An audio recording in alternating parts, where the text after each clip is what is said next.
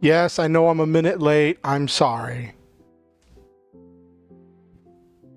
I got distracted, chat. I got distracted. Will you forgive me, chat? Will you forgive me?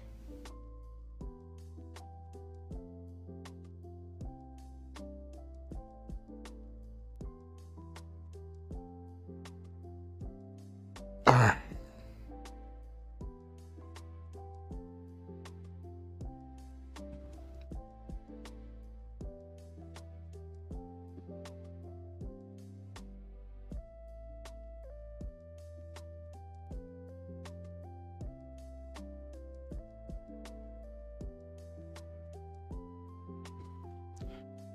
Alright, chat. Give me a second to post all the places that I'm live.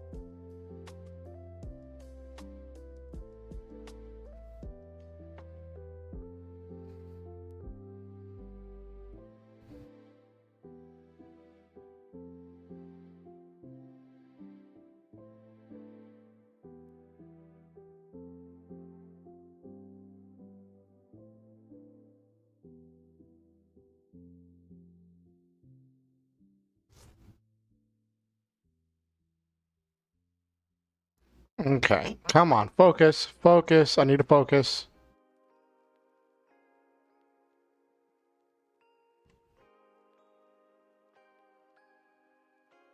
Who are you?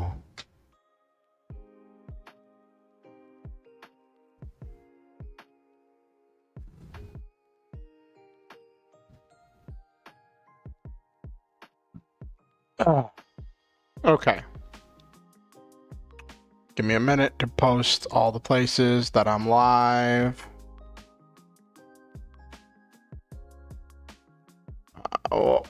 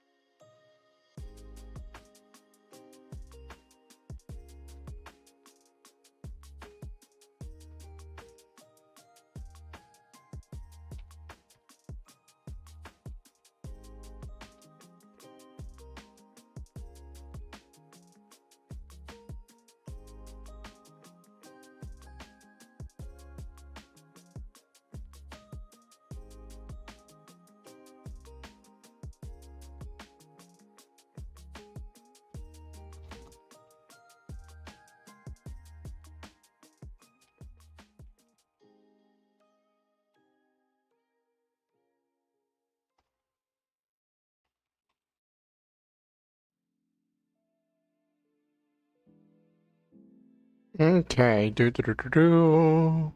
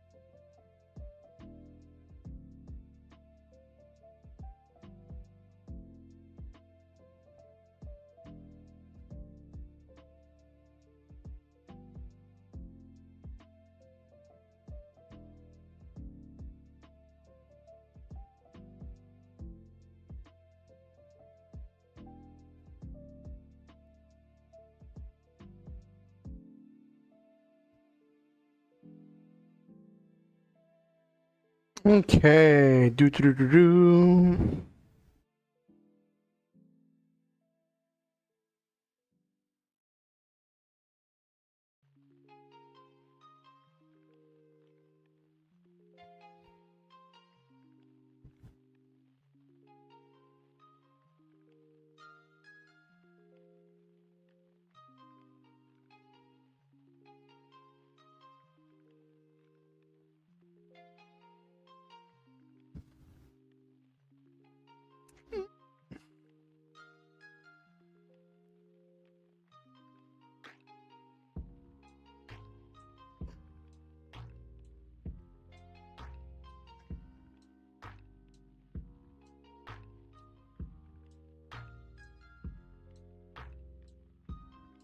Okay, let's hang out and do some yapping for a little bit.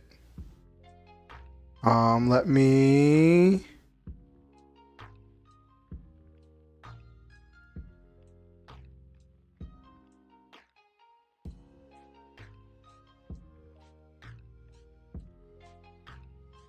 change over my thing on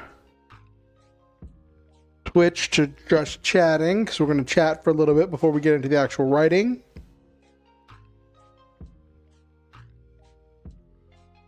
Oh, chat. Good to see you. Good to see all of you. Hello, LeMay. Nice to see you. Give me 1 second. I'm going to go grab a bottle of water, and I will be right back, and we will get rolling. How was your week, LeMay?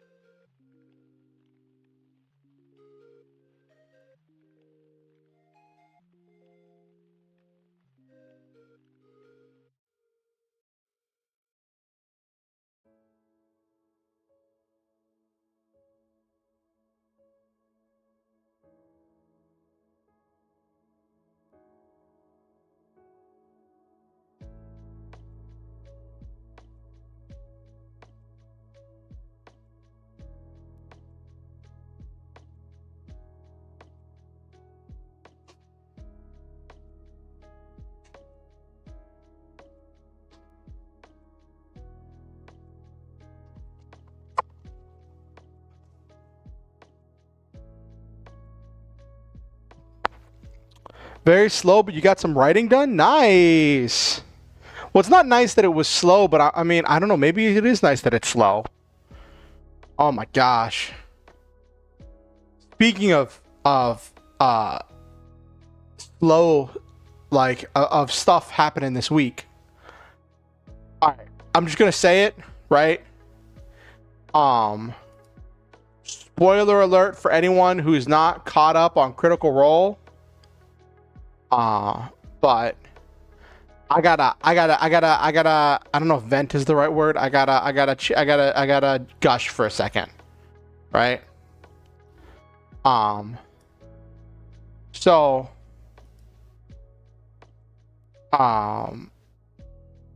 Critical Role, a while back, like about a month, or I think it's like a couple months ago, did their Downfall special, which was this whole thing where the players of the main campaign of Campaign 3 were given a vision of the past of the fall of some flying city called Aor.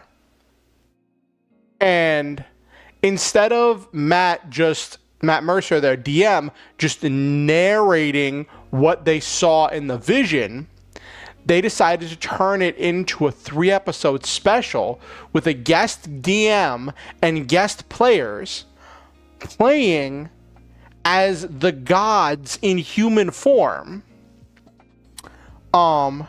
and playing through what happened.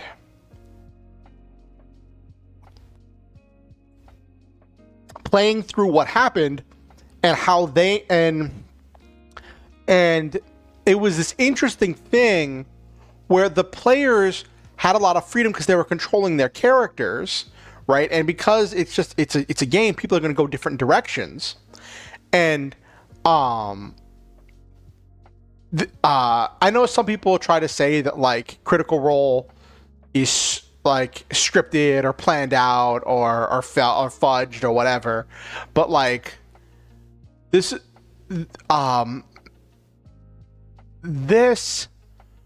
allowed the players to go in these different directions, which is one of the reasons that was really interesting. And then I'll get to that statement in a second. But like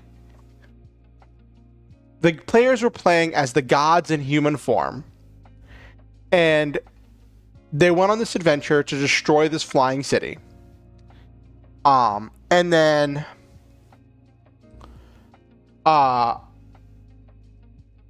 the players saw that adventure happen, and were just trying to grapple with that. And we're like yeah, well, see, this is something interesting that happened, LeMay.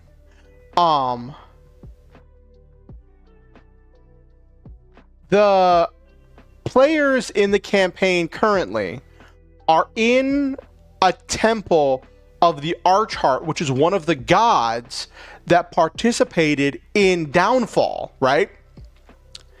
And the player they ended up collapsing the temple, but then and two of them got stuck inside the temple, but then the temple reassembled itself and saved and spared the people who got trapped inside, which almost felt like it was kind of a Deus Ex Machina, kind of like making all of the struggle they went through to try to get out before the temple collapsed feel irrelevant. But whatever. And then the statue of the Archheart stops and looks at them, right? Now the Archheart was one of the characters in Downfall. And Matt Mercer, when he's like this statue turns its head and looks at you. And then Matt Mercer got up from the DM chair and walked away. And everyone's like, what happened? And then Abu, I don't know his last name or even his full name, I know that's what they called him. He was the player that played the Archheart in Downfall. He came out and sat in the DM chair. And like this was after like a 2.5 hour long like first half, right? It was like 2.5, almost 3 hour long first half. And this guy had been waiting this whole time, and none of them knew that he was there, right? And he goes through this whole thing, and he throws this entire wrench in everything of what we thought we knew, right? Because the entire story at this point has been the villain is trying to release this god eater called Predathos, and in order to consume the gods and free humanity from the shackles of the gods, right? And so the players are like, well, what's going to happen to us? We're going to get crushed in the middle of this war between the gods and Predathos. We're going to get caught in the middle of this. And so we need to stop the bad guy from releasing the God Eater. So the players have been amassing forces. They've been putting together plans. They've been scheming and working and setting up all of this stuff to stop the villain. And they've been getting help from the gods. The gods gave one of the players a special sword that's like a new vestige or whatever of power in order to use to help with fighting to stop Predathos from being awoken. And so then they go to talk to the Archheart. And the Archheart is like, I agree that mortal life can't flourish as long as we're here to keep stepping in.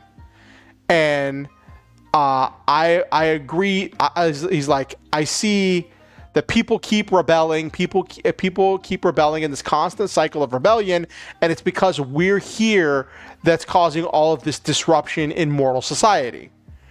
And I want to leave. Someone else is in the family of the gods wants to leave, but the rest of the gods don't want to leave their children.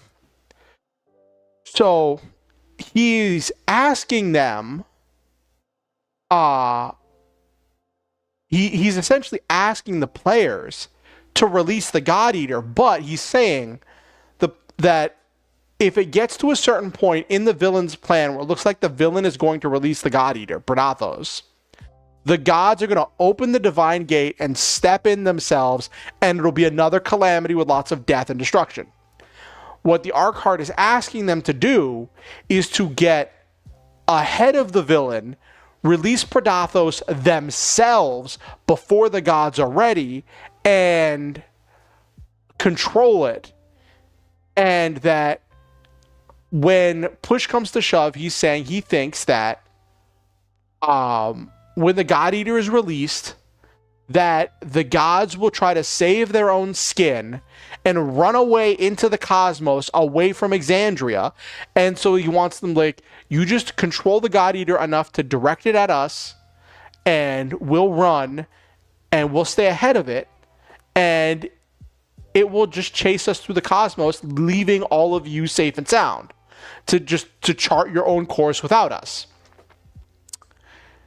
And everyone's like, this is the exact opposite of everything that we've been doing. This is like polar opposite of everything that the gods have been telling us, that all of our planning and all of our scheming, all of our coordination, everything has been leading towards stopping the awakening of Predathos.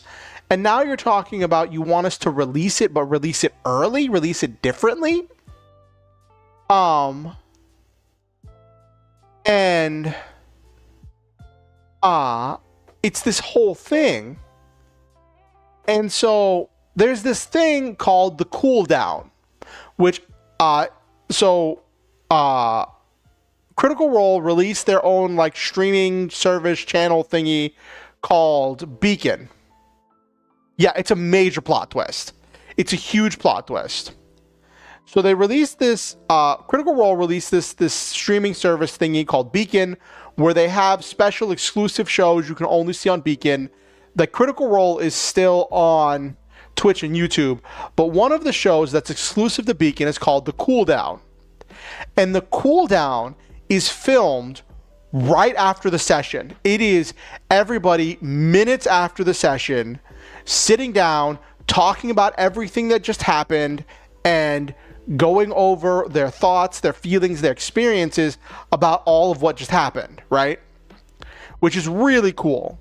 And I don't have it because I can't afford it. I know I could get the free trial, but then that's only going to last for so long, and I don't want to get used to it and not have it. But someone shared clips from Beacon on Twitter. And one of the things was where they had Matt and Abu out talking about it. And what they said was that when Matt watched the Downfall special, which was essentially a big flashback, Matt wasn't the DM of Downfall. That was Brennan who was running that. So Matt was just a viewer of Downfall, right? Yeah, they talked about some certain things. Yeah, they discussed some things. They'd gone over some specifics about ideas and things, but the players were still free to make their own original character decisions about these gods in the Downfall special. And in the cooldown thing, Matt said that when he was watching Downfall, he saw the Archheart making these decisions, making these statements that he wouldn't have thought of. Taking things in a direction or from an angle that like he just wasn't really I don't know if you said it wasn't thinking about it, or was just like, it was stuff that he wouldn't have done. And like, the thing is, because there's like thousands of years between the end of Downfall and where the story is currently, right? There would have been changes over time, right?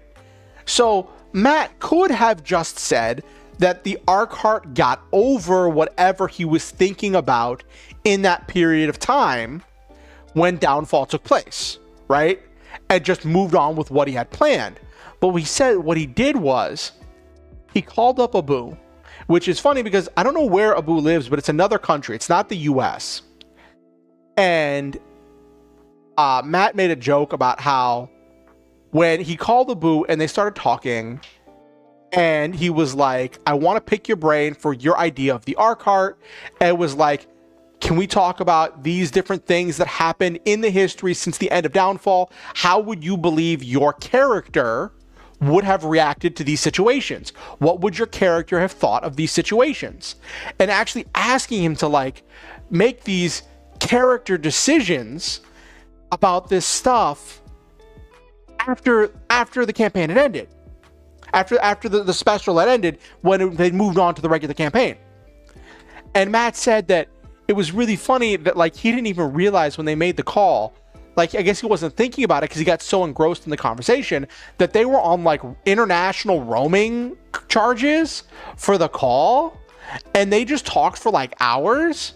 And like Marisha, because Matt Mercer is married to Marisha Ray, and Marisha's the one who handles the phone bill.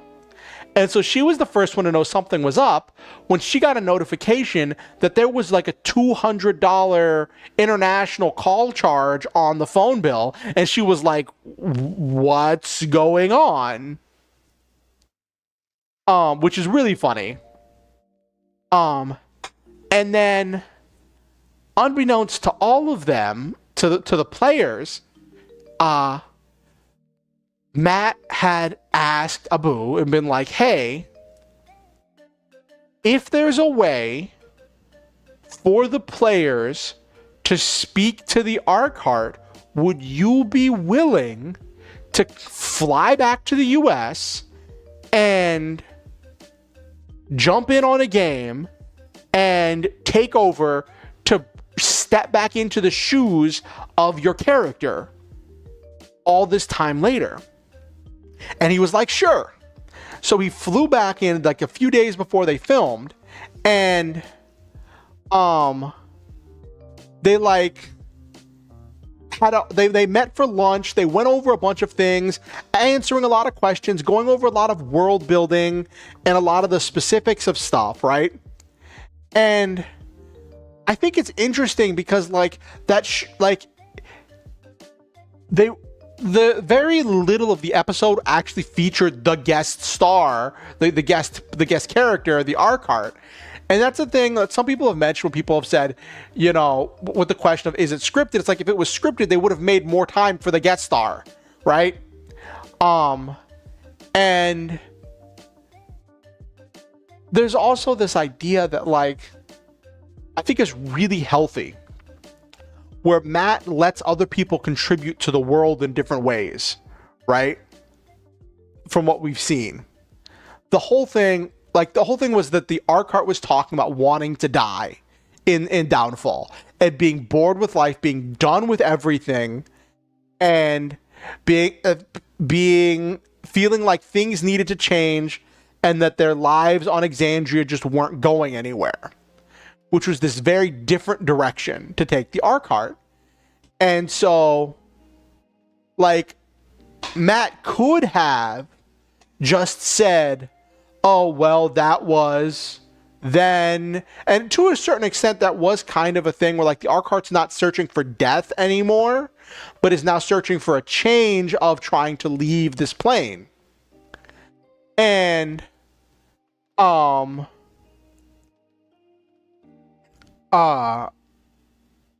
it's this whole thing where, hey, Noel Main, I thought it was really interesting, this idea that like Matt Mercer was like us watching Downfall and was surprised, and then took that in stride, and then contacted Abu and was like, hey, your character is a god in my world, so how would your character have reacted to this, and this historical event? What would their opinion be? How would they think? And all of this stuff. And I think that's really healthy to really build on the collaborative storytelling experience that is tabletop role-playing games. I think that's a really great example to set this really interesting thing. And it makes me kind of wish that I had Beacon so I could see the entire conversation. But like, I can't swing it. I don't want to do the free trial of Beacon and get used to having Beacon and then just like be sad when it's gone. Because I'm worried that like I'm gonna do the free trial of Beacon, and it's gonna be a thing where we're watching the cooldown becomes like a part of my routine, and then I get really sad and depressed whenever I don't have the cooldown, like I do if I go too long without watching Critical Role. So like, and then I have to get Beacon. Like I don't want to get used to it. You know what I mean?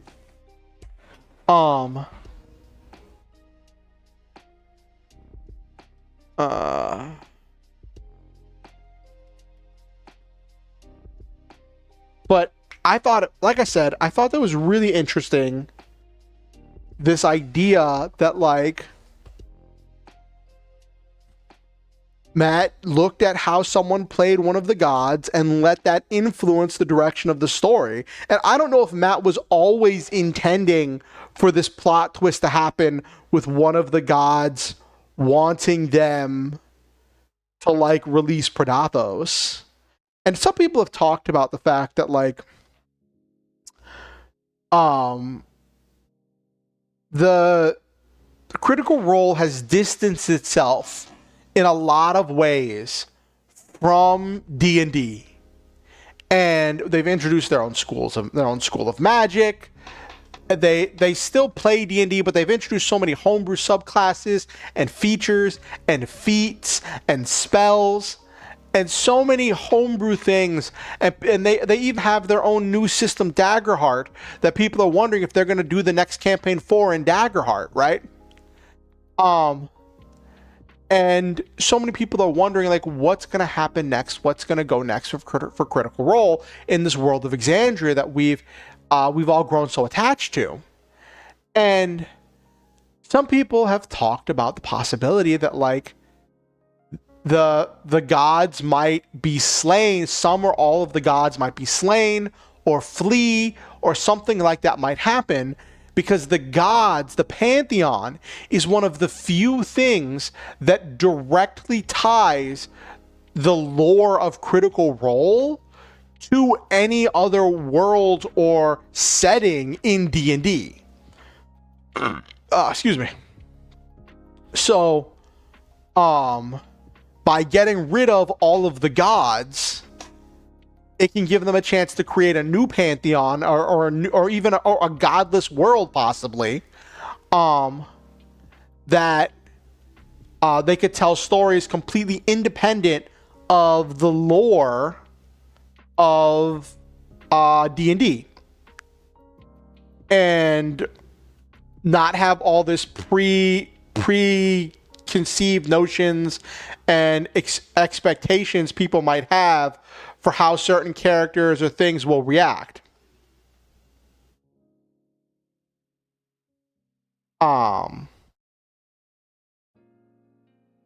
And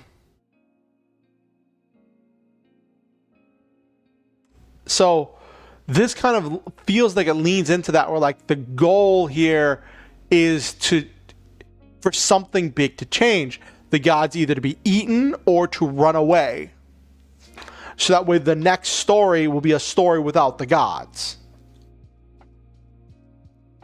At least that's one of the theories I like.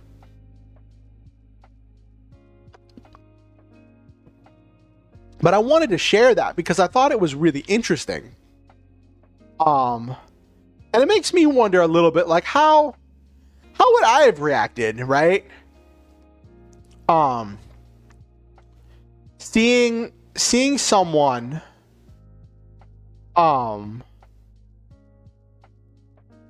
making such a direct change to my world, because it's not exactly my world. It's the world of the game that's created collaboratively by the game master and the players, right? And I always love giving players creative freedom. I love giving players the option to control and create things related to their characters and their backstories, right? And that's just really neat, and I think that could be really cool.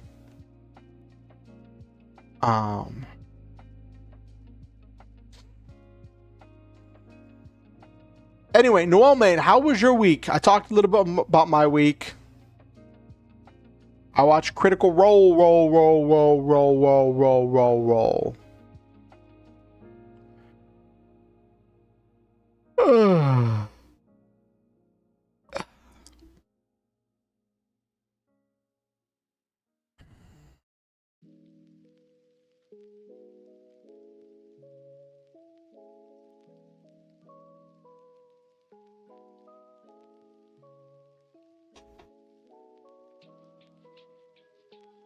Ooh, what type of character are you playing, Noel Main?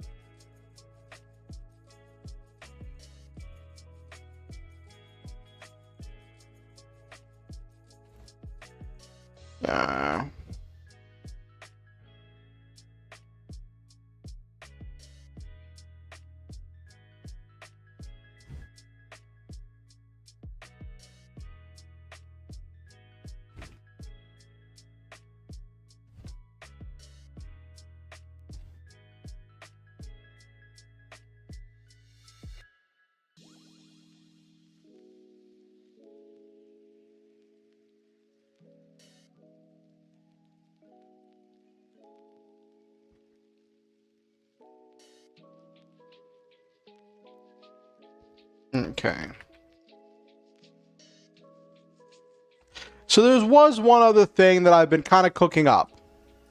So I have been, oh my gosh, chat. I've been on an adventure this week. So, I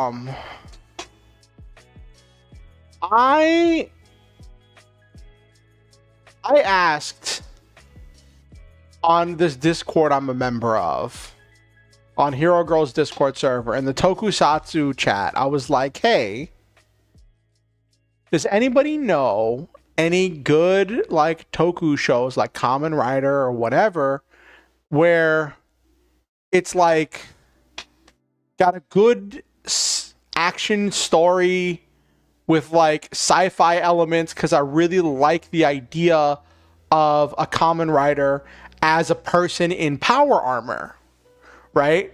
And I was like, does anybody have any ideas, like any recommendations? Because I want to find something to watch that's like a good thing for that. And one of my friends was like, have you tried Metal Heroes? And I knew what Metal Heroes are. Most Toku fans, most like relatively knowledgeable Toku fans know of Metal Heroes. It used to be one of the big three Toku kid shows, right? It was Kamen Rider, then Super Sentai, then Metal Heroes. Whereas Godzilla was mostly like movies and stuff, but like as for shows and stuff, I mean, then there was also Ultraman. So I guess, but like Metal Heroes used to be up there as one of the things that was made. And hadn't thought about it. I hadn't thought about Metal Heroes. And Albar is the name of the PC. He's a bit smart guy. Ooh, oh, this was the thing you were talking about last stream, right, Noel Main? The thing where the perfect draw campaign. Nice.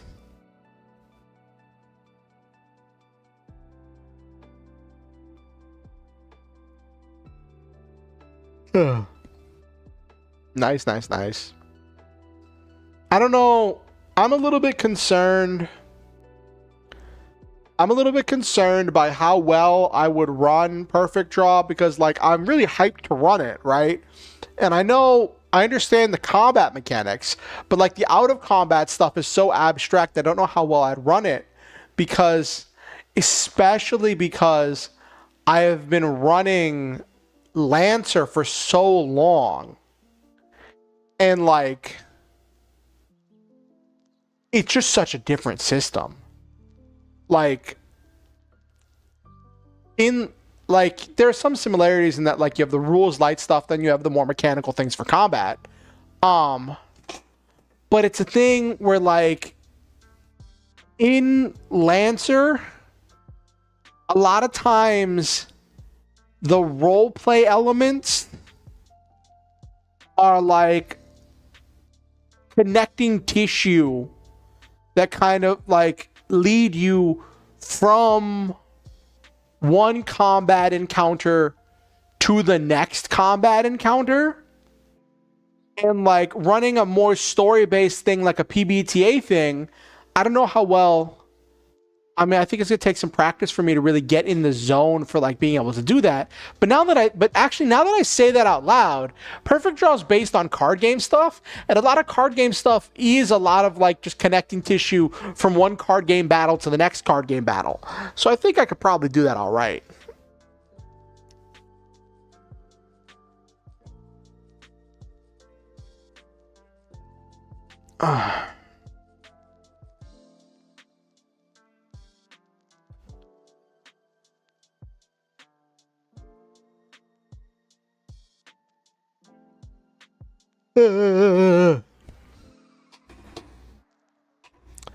But so yeah, one of my friends suggested I look into Metal Heroes, and they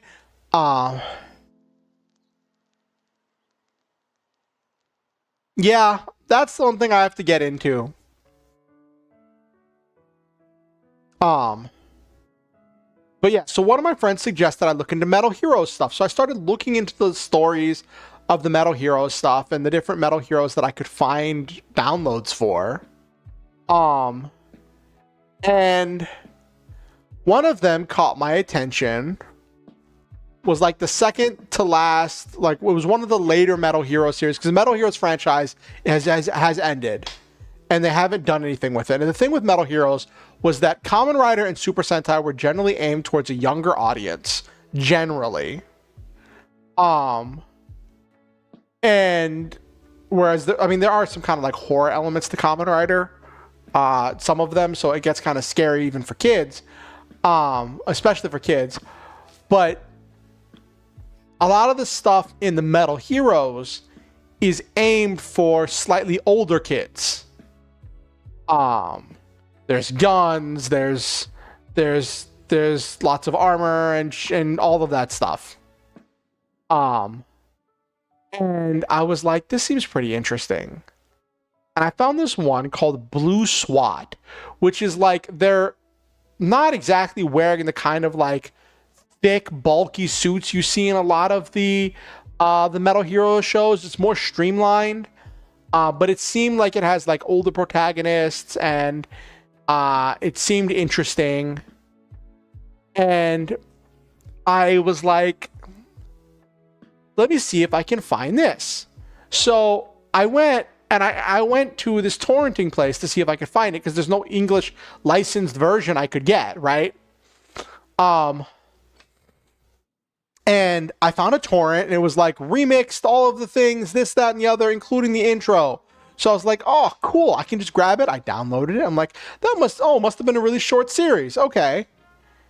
And then I find out when I'm talking to Silva about like possibly watching it, that I'm like, oh, this is only 13 episodes and the preview from the from before the first episode. I'm like, this isn't what I want. Because it had 51 episodes plus a little mini movie. I look around and I can't find torrents that are being seeded for everything else. So I look around the internet for stuff on stuff, and also at the same time, Silva had said, if we're gonna watch something, can we watch B Fighter, the stuff that became Beetleborgs? I presume just because he's more familiar with that. And I'm like, okay, fine. And those B Fighter and B Fighter Kabuto, which were the last two official Metal Hero series, the two series that came after B Fighter Kabuto are not officially considered Metal Hero series. They're much more silly and aimed at more for younger kids. And they're not officially considered Metal Hero series, but so B Fighter and B Fighter Kabuto, those I could find seeded torrents for, and I was able to download those relatively quickly. But like, I was like, where am I going to find Blue Spot? Because I wanted it. Even if I didn't watch it with Silva, I wanted to watch it. It seemed cool.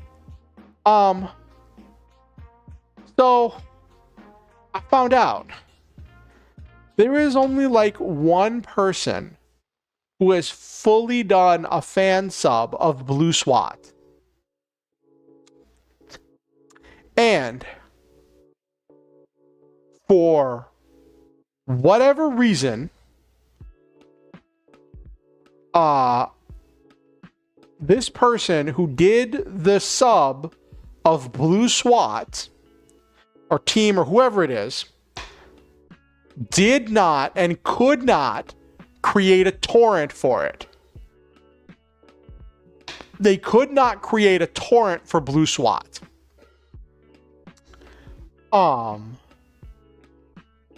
So if they don't have a torrent, how would you download it? You might ask. They posted it on Mega. What was Mega Upload? Now it's just Mega. I keep calling it Mega Upload, but now it's just called Mega. Which is a downloading site where you can post files to do file share stuff, right? There's one problem. If you have a free account on Mega, or if you don't have any account, it gives you access to a free account to use for doing stuff. There is a download limit where you can only download like 5 gigabytes per every 6 hours. And if you're partway through a download, it'll pause the download. And then after 6 hours have passed, it'll start the download up again. And I was like, oh, found the batch file for the whole thing. And it was like 19.58 gigabytes. So that's like 4 cycles. So that's, 24 hours. So I'm like, oh, okay.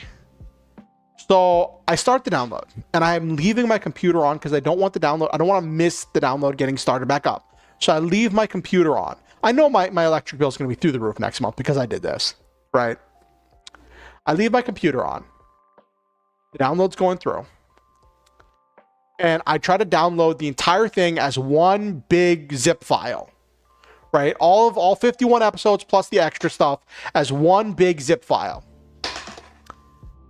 I got about like 2/3 of the way through. It was like, I want to say like,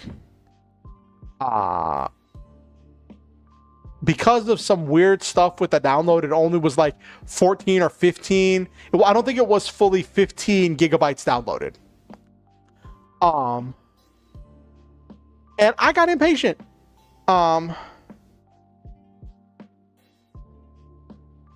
It was really fun. Surprising, your PC bounces really well off the other PCs. When we started the first card game, it was my 1v1. It was a 1v1 Noah, my player character against the happy-go-lucky PC of a friend. Ooh, nice. Nice, nice, nice. Did you win? Did you win, Noah Main? And so I got impatient. I will be honest. I got impatient after 3 cycles of doing this. And I'm like, okay, I just got to wait the last little bit. So I got impatient, and I hadn't been sleeping well because my computer had been on, and I'd been anxious. I'd been worried about the whole thing. And I was like, what you? And then, hold on. Why is my internet? Okay, just making sure my internet's still connected. So I was like, is there a way to bypass the download limit?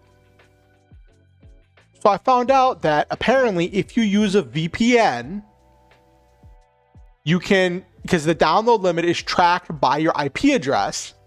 And if you use a VPN, it can reset the download limit. So I downloaded a free VPN, and it turned out it had been one that I kind of experimented with before, and I was trying to create an account even though I already had an account. So I try using the VPN, and it doesn't reset the download limit. And for some reason, the timer, after like messing with it for a little bit, I couldn't even pick the server. It wasn't working.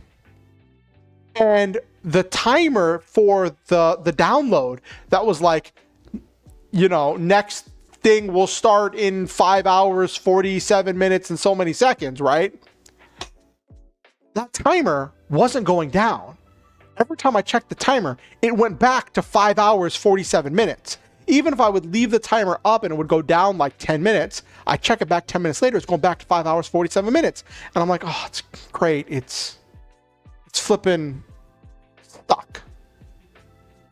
So I refreshed the page and the entire download cleared. The entire download was gone.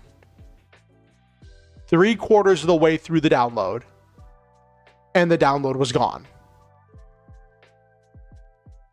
So I'm like, okay. I'm going to create a free account instead of using the guest account you get when you log in, when you first use Megas.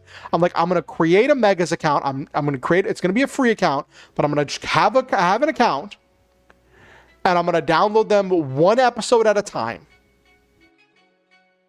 So I was like downloading episodes till I hit the limit. Then I would just wait till the timer, then download more episodes.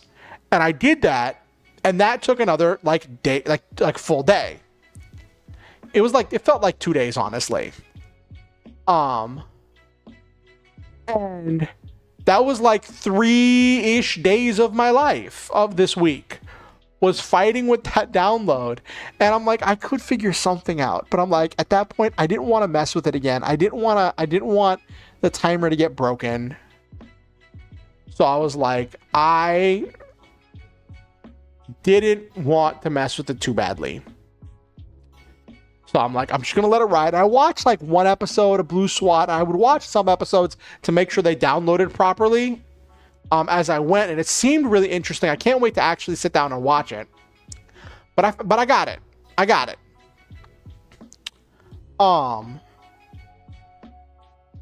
And it was just this whole journey.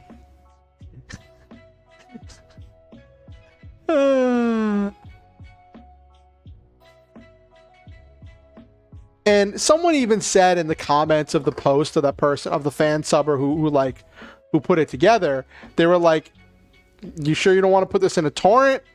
Doing a mega upload, whatever, for 51 plus episodes feels really 2006. Somebody else was like, oh, you're being ungrateful, blah, blah, blah, blah. Thank you for your hard work. Saying to the person, like, thank you. And I'm like, I'm grateful for this person's hard work. So that way I can watch the series. But like,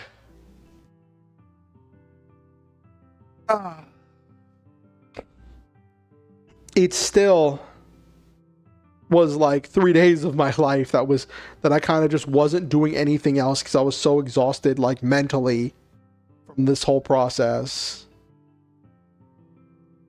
And watching bits and pieces of Blue SWAT got kind of gears turning in my head. I'll probably be finishing up and get to the actual writing portion here in a little bit. But got some gears turning, and I've been kicking around another story idea that I might work with. That's kind of this idea of Superman meets Galaxy Quest. Idea of what happens if you have an aspiring author who writes sci-fi stuff, and one of their test beta readers is like a molecular scientist or astrophysicist, science person, whatever, and they're like, oh, I can make this real, and they pull a Galaxy Quest and create some kind of sci-fi power source and stuff based on the author's work, and then stuff gets stolen and is now out and bad people have it, and the super fan who created the technology wants to creates a super suit and chooses to give it to the author and is like, you're the only person I can trust with this. You have to help with finding these bad guys who stole this technology that I made based on your stories. And you have hijinks ensue as this author who's just been struggling to survive for so long is now trying to figure out what to do with all of this power. Excuse me. So that's just an idea that I've been kicking around.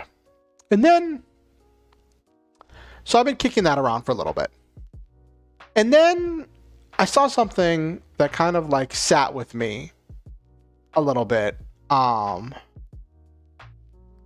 It was Mr. Rogers, I presume after he had retired, on this talk show. It was, I think they call it like Boys in the Hood or something.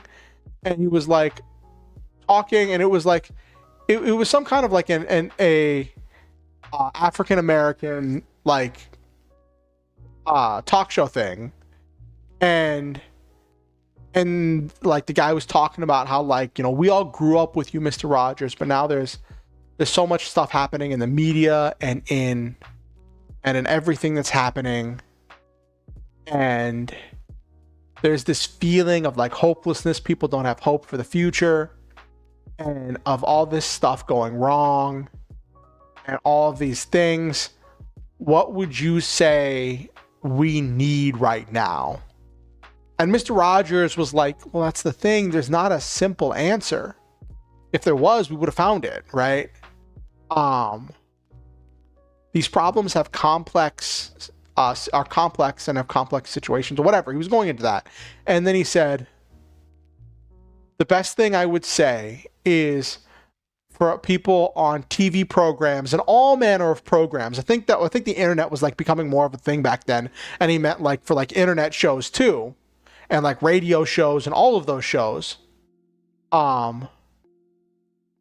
He said,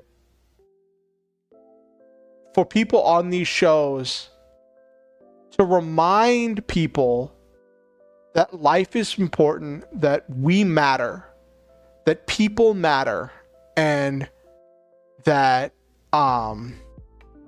people are valuable and important. And it kind of spoke to me a little bit and sat with me because, like, I look up to Mr. Rogers, right? He's very much someone that, like, I am inspired by as an entertainer. And Like, I try to do my thing with my outro every stream to tell people how important they are and how much I believe in them, and to give those words of affirmation. And it was just like, kind of like, yeah, I'm trying. I don't know how effective it is, but I'm trying, Mr. Rogers. I'm trying.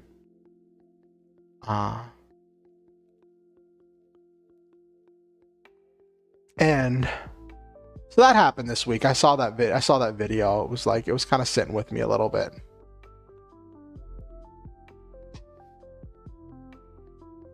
I won, but it was kind of scripted because I'm kind of the rival, but at least was a good way to test the deck balance. I decided to go with a Galaxy Mechanic, Dragons, and Beasts theme. Ooh, nice. I know if I played a perfect draw, I would do a giant robot or a power armor using some kind of regalia mechanic where I become the warrior. That would be my deck. Where either I pilot the giant robot or I henshin into a henshin hero.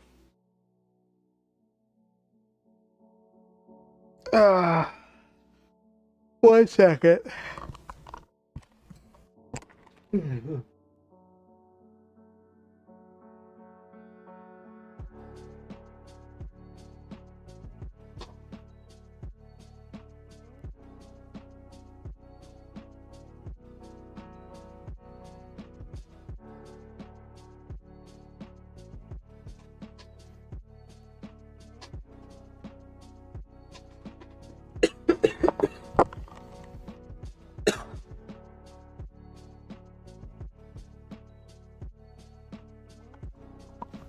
I probably need to get new headphones soon. I've had these headphones for years, and it's funny, I was looking on Amazon for replacement headphones, and I found ones that I think are like the exact model that I have.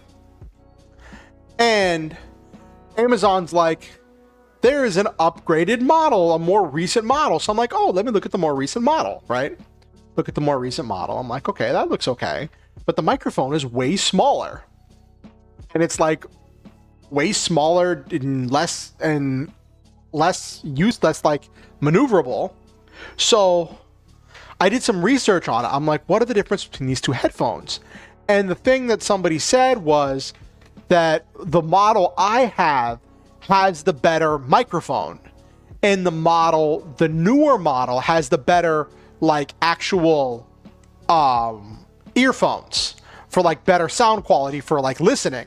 And I'm like, well, I want it for recording and stuff, so I'm just gonna get the one for the better. If I get it, I'm just gonna get a replacement for the one that I have, but I don't exactly need it yet. I'm just concerned that it might be happening, because sometimes I have stuff where like my audio just cuts out, and I'm like, oh, that's a problem. That's a problem. All right. Oh my gosh. Also, I had to move furniture this week, and because I got some furniture in, and like I am still sore from moving furniture. Hey Forever, hey Nabiru. I was just talking about my week, Nabiru. You missed it all. Hey, that's perfectly fine, Forever. Tonight's going to be kind of a quiet stream. It's going to be a writing stream. I'm going to be trying to delve back into my novel to see if I can knock out chapter 19 tonight and try to get back in the groove so I can try to finish this novel before Writers Month, whatever we're going to call it. If we're not calling it National Novel Writers Month, we're calling it something. Writing Month, Writers Month, I don't know. So we'll find something. But before November, I want to finish. So, going to be working on that today.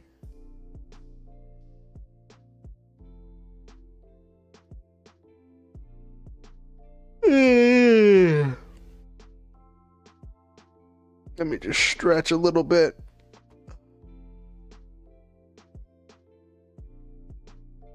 Also, I went to the doctor this week.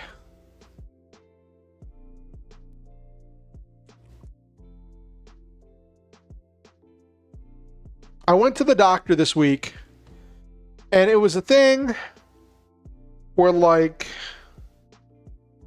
all my stuff was good. My blood sugar, my blood pressure. I was a little dehydrated, so my pulse was a little high, but my pulse is always a little high when I go to the doctor because of anxiety. All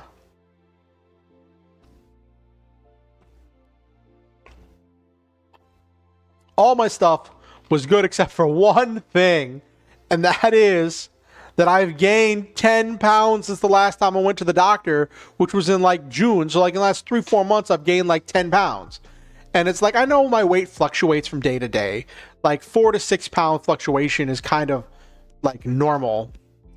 But 10 pounds was just like a bit much. And I was like, oh, that's a problem. That's a problem, chat.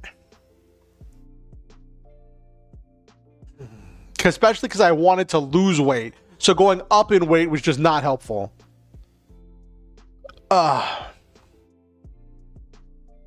Based on stars and mechanical parts.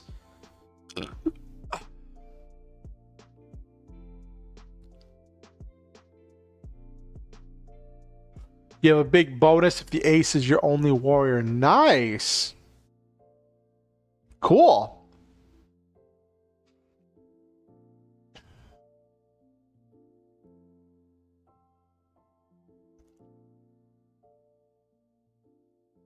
Very spicy.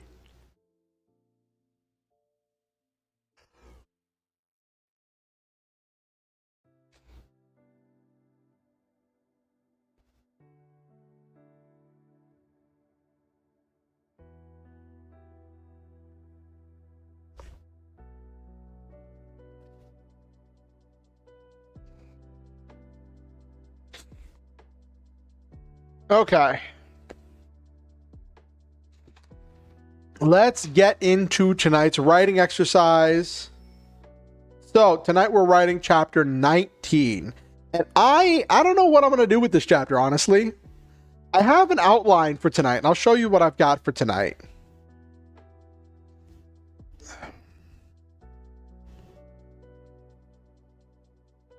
Where is, let me show you.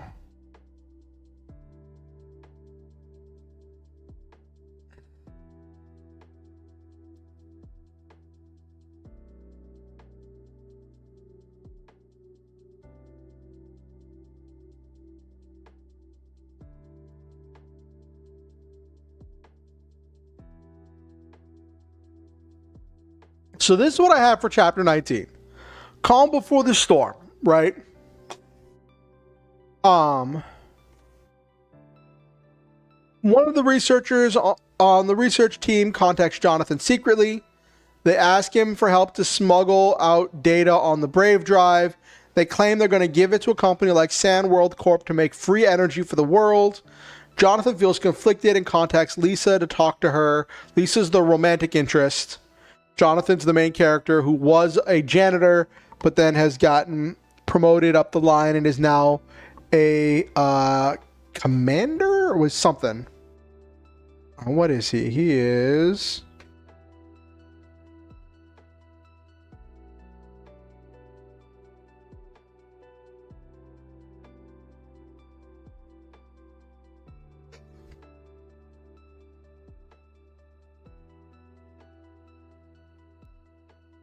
Jonathan's a second lieutenant.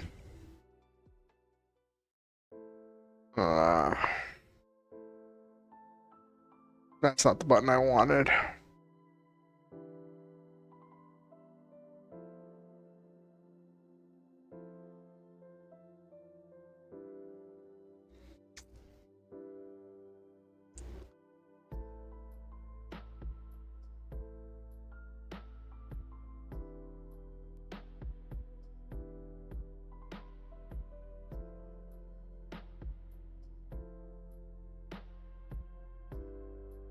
Okay.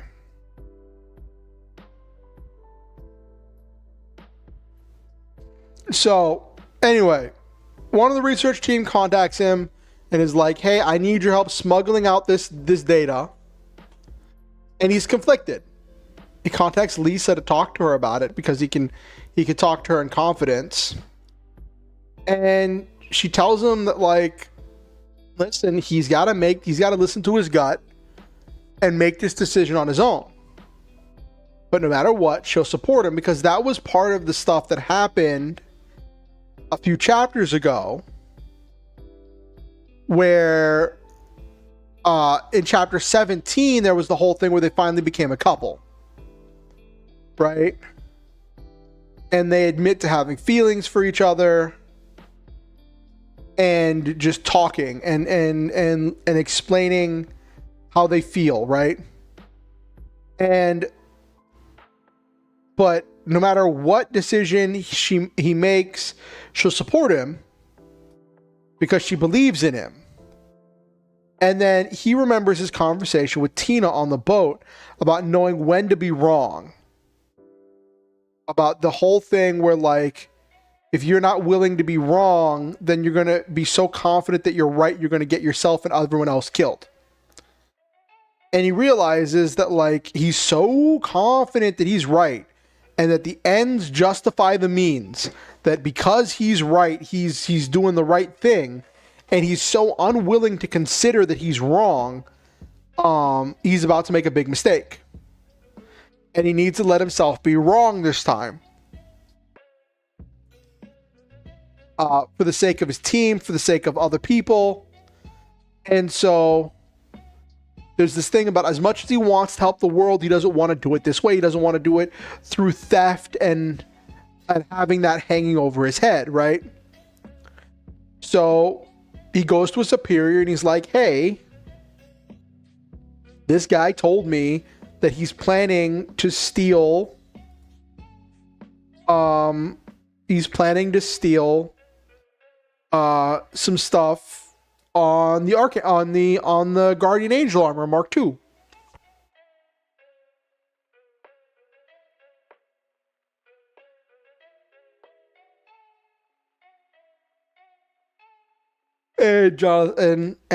And then in next chapter it breaks down this whole thing where his commander is like, we know. We had suspicions.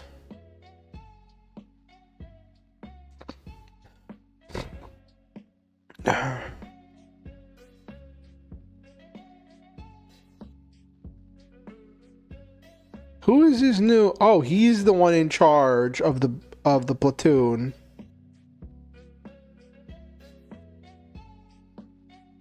Administrator Mr. James Lizard. Okay.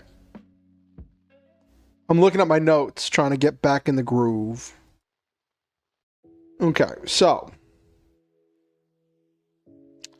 that's that, but I don't know if that's going to be 3,000 words worth of stuff, chat. So I got to look at where I was and look at what I need to do in order to put that together, okay? But that's the stuff that has to happen.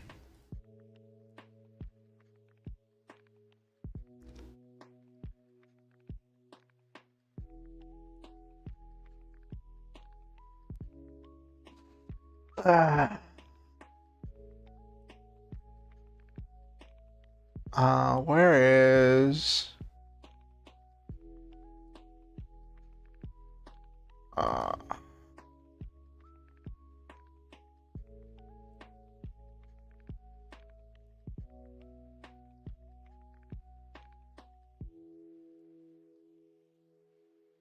okay, here we go. Okay. Also, if you're watching on YouTube, please be sure to like the stream. It helps the algorithm with getting it out to more people. I appreciate it if you do. Makes things go so much better and smoother if you like the stream. Alright, so I'm going to scroll up a little bit, look at this.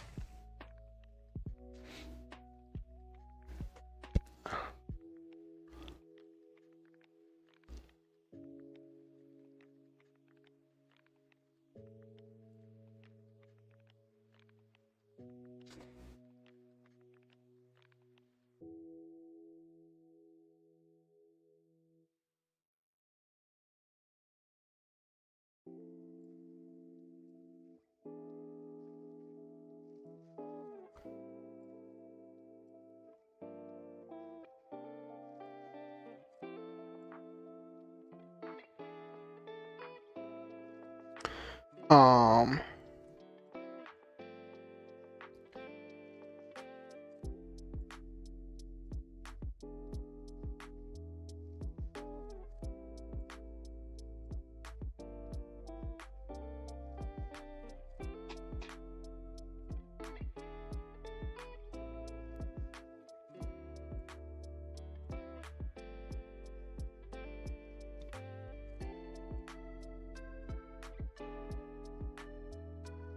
Oh yeah, he was fighting the beasts.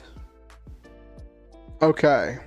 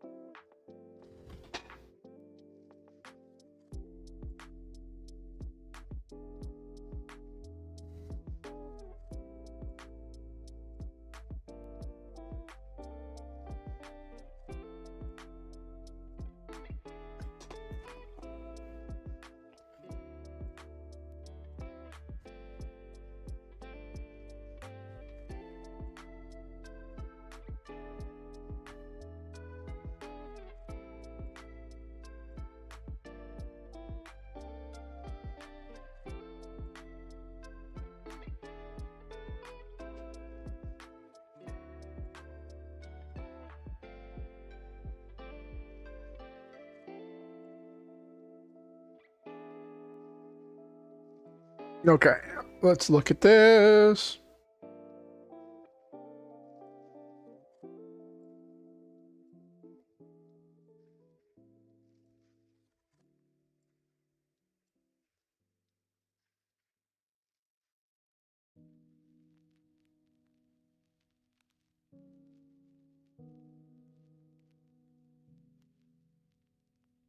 Let me just check something real quick. It's funny. You know what's really funny? Chat, you don't want to know something that's really funny? So I have been trying to write 3,000 words per chapter, right? Oh,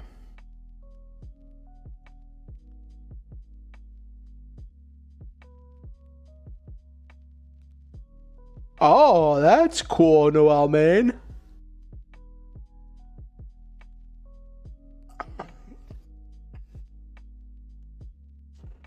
So I want to, it's really funny, but I was trying to write 3,000 words per chapter. I didn't always hit that. Some chapters went over, some chapters went under. And I tried to end the last chapter pretty well because it was the ending of Act 2. But, my last chapter, as of last chapter, there are 52,000 words in this document so far. It's like 52,700 something words. I say something because the word counter counts the number that I put as the chapter thing when it counts the word count. So it's like minus 19 or whatever. But yeah, so it's really funny. I could theoretically end the novel at chapter 18 and have this be the ending of the novel and write like an epilogue or like lead into a book 2 where like that's the ending where like he promises like he's overcome this big battle. There's this mystery of this unsolved situation of like who sent the beasts, what the beasts are after, why the beasts are so powerful. And there's all these unresolved plot threads. But like he's made his peace with like his relationship with Lisa. and it would end, if I ended it there, it would end with him making a commitment to make sure that this power was used for more than just weapons. And then that leads into like a book 2 where it's like his journey to do that. I'm not going to do that, but I just think that it's really funny that there's enough words to count as a short novel. I just think that's funny, chat. I just wanted to point that out. Okay. Oh yeah, Noel, man, aren't you doing the thing where like you give things attack power instead of doing like strong, weak, normal?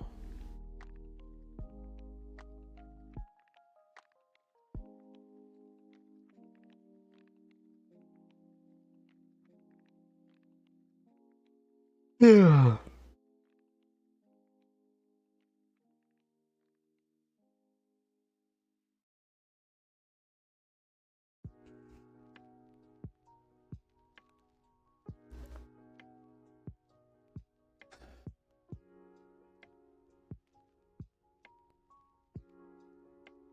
Okay.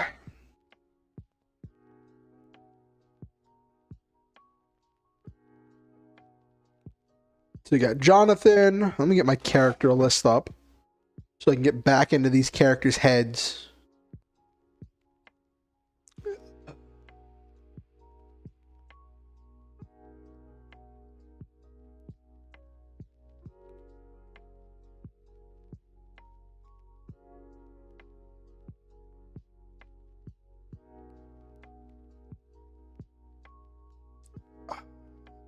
Brave drive relies on emotion.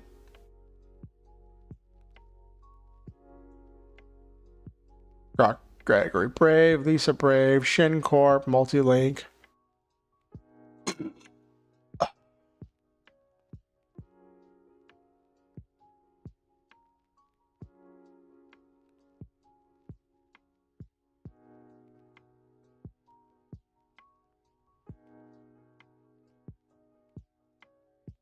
Scott, that's his name. Jonathan Scott. Okay.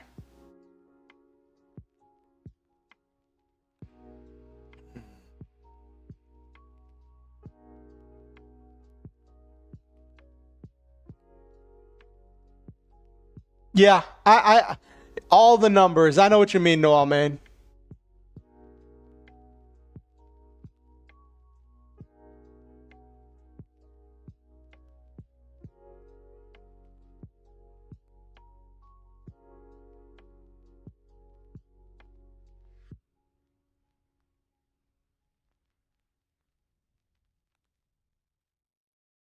Okay.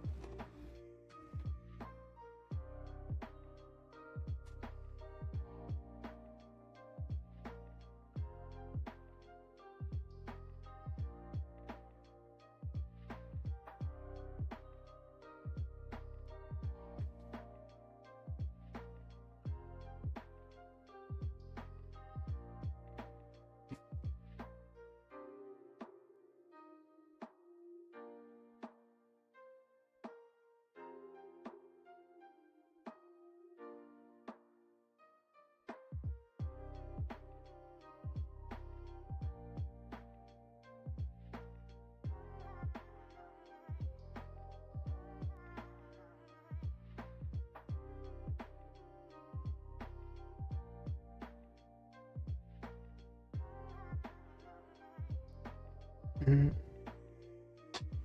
Ah.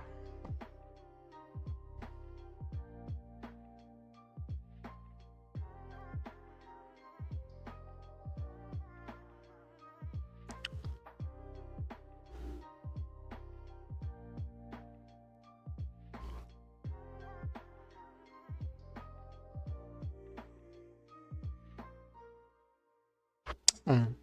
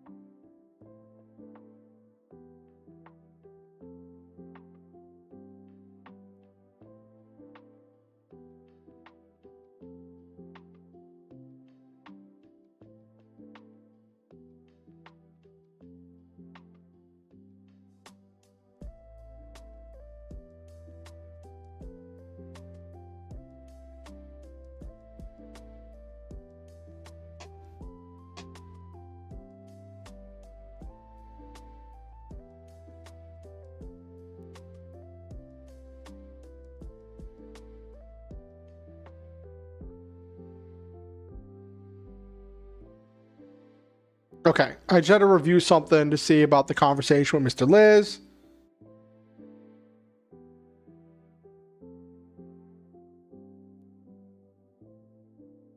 Hmm.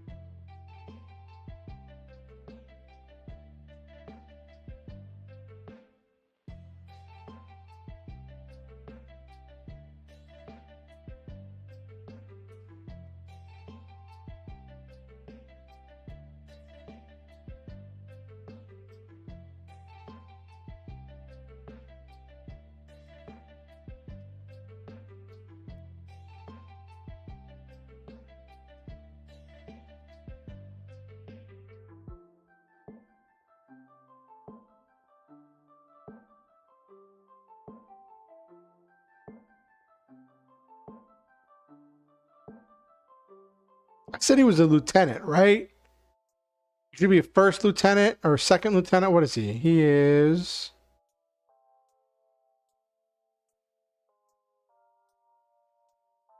Yeah, chapter 16, he got promoted to second lieutenant.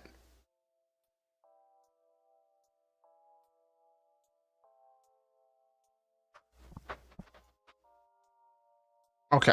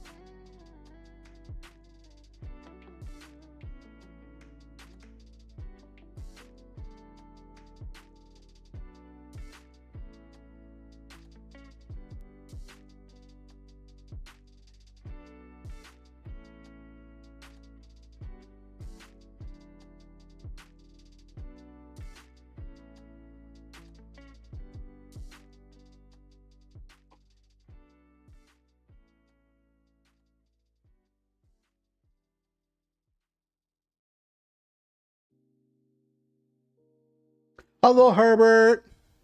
Let this play in the background while I play Resident Evil 2. Oh, hey, I hope that we're able to. I hope I'm able to help you feel better, Herbert. It's great to have you.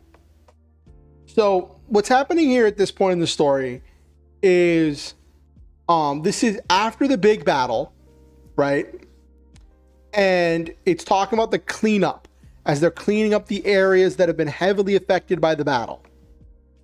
And the destruction and the bodies and all of the stuff.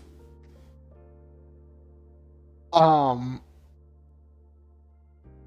and then we get into the scene. So we've painted this scene of like of doing constant work for 3 days straight. Then on the fourth day, Jonathan is stopping to get some water, and he sees a member of the research team come towards him. Of course, I named this character Kevin because everybody needs a Kevin. Kevin's always the problem character.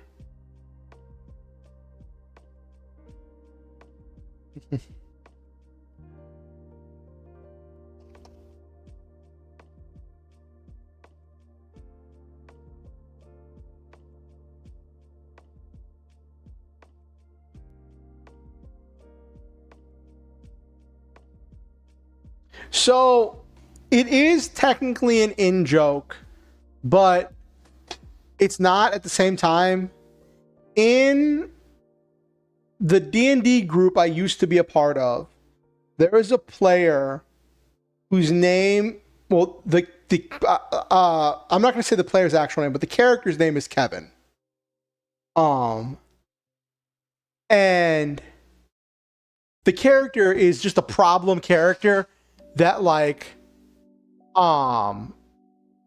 very much causes chaos in the group and is always up to something, and you never know if he's on your side or not.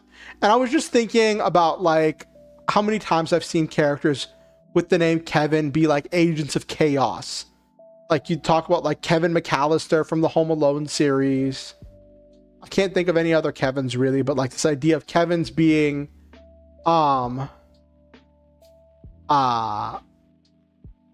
being troublesome just feels right in my head, especially after I have to deal with that Kevin. At least I think his name was Kevin. It's been so long since I was in that group.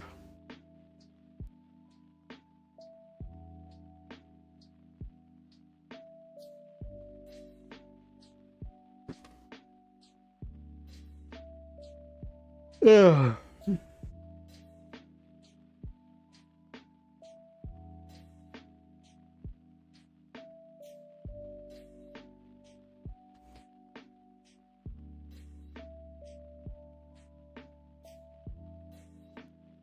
Also, I have such like, I think it's kind of funny that like I have so many like off the wall kinds of names.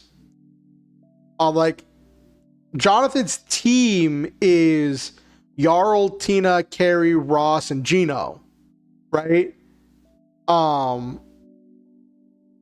There's so many off the wall style names for a name that's just so normal sounding, like Kevin. Just feels like something that sticks out a little bit as someone who's either a main character or B, a threat of some kind. I want it to be this kind of like normal sounding character name that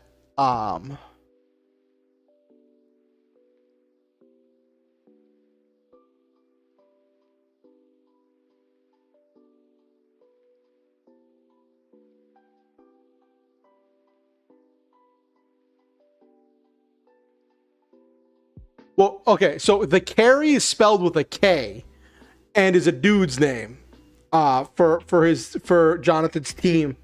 Um uh which I thought was kind of fun.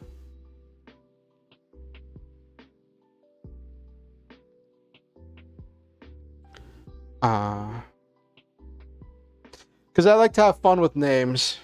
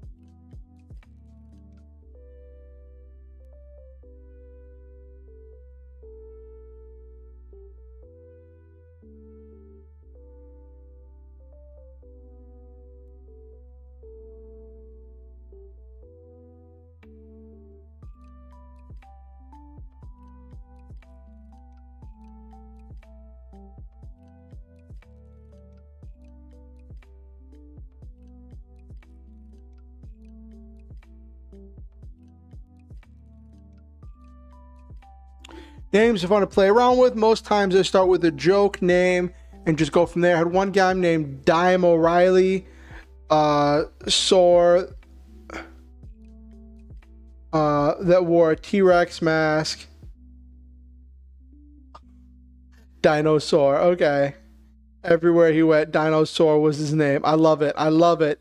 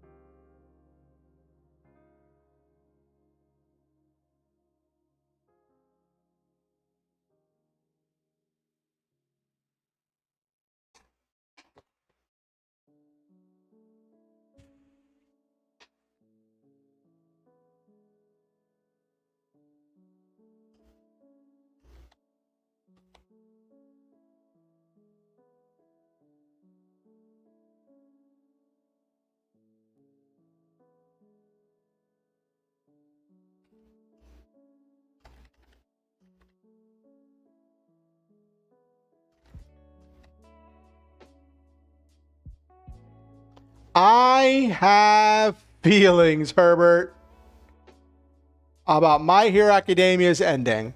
So I haven't read the manga regularly in a long time, but I've mostly kept up through like watching review videos where people review what happened in the manga. And I watched a video of the leak of the final chapter before the final chapter was actually released. And then then a few weeks ago, I actually sat down and watched a review that was made after the chapter was released. And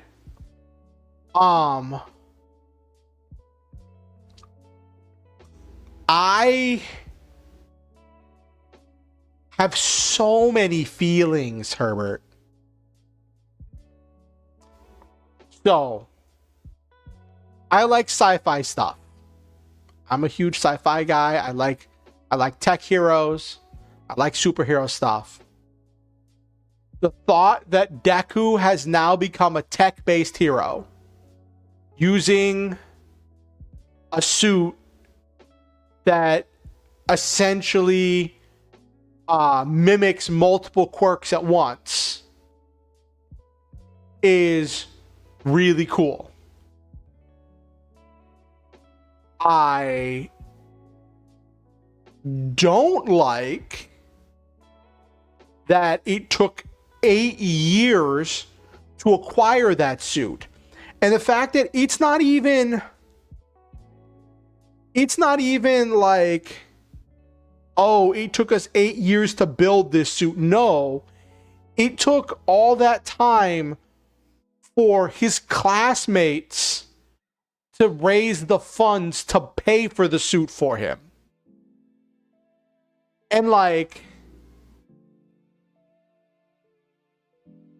that just is like, okay, it's supposed to be, I get what he's going for. It's supposed to be really touching, this idea that like all of his class that hasn't been able to spend time with him has not been able to spend time with him for the last few years because they've been picking up extra shifts, doing extra work,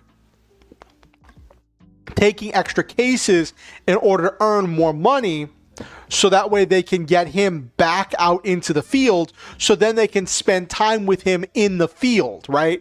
So it's this idea of they were giving up spending time with him for the last like 6 years, in order to like get towards being able to spend time with him later. Which, okay, fine, whatever. I get what you're going for there, but logically, it has me going, you're telling me Deku, like, saved all of Japan, if not the world, from All for One, and gave up his powers, and you're telling me his friends still had to pay for him to get a super suit and get back out into the field. You're telling me there's not any government entity that might be grateful for his work and might be like, oh, we'll help with that. We'll get, you know, we want this inspiring hero who made these great sacrifices to be back in the field. Like, oh my gosh. It is so, that part of it is so frustrating for me, because I'm just like, you're telling me that like you couldn't, all the people he saved.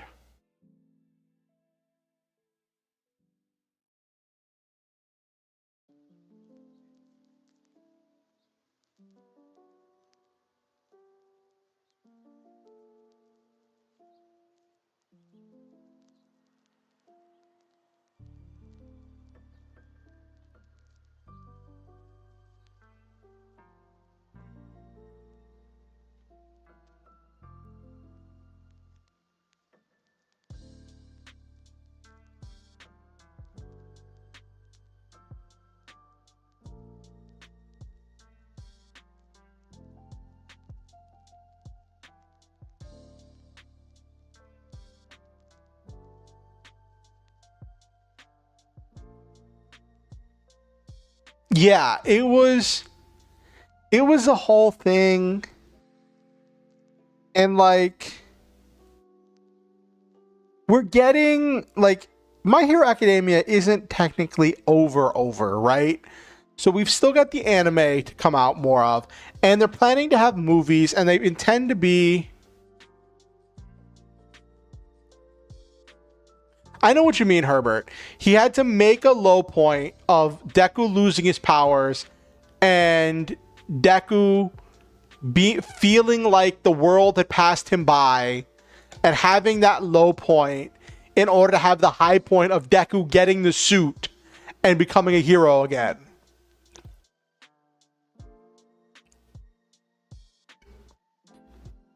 Creating this kind of artificial stress and drama.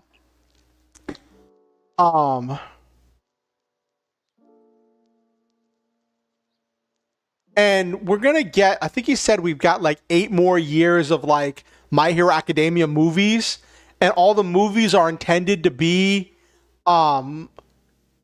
original stories that are canon to the plot of the manga. So some people are theorizing that we might get some movies that take place either in the time skip or post time skip. So we might get a better like epilogue of after Deku gets the suit in a movie. Um, and then there's the whole thing where Horikoshi promised that Deku's father would be revealed before My Hero Academia ended, and he wasn't revealed in the manga.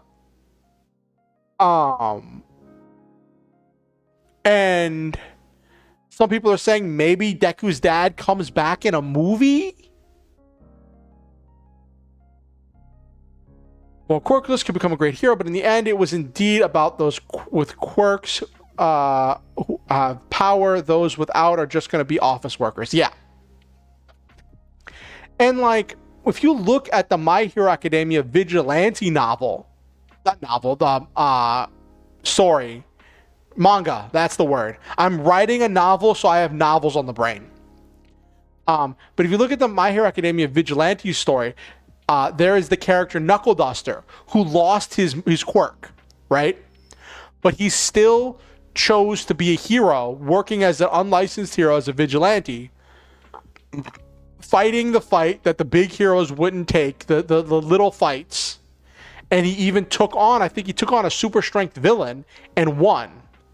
Now, the thing with Knuckle Duster was he trained every single day pretty much.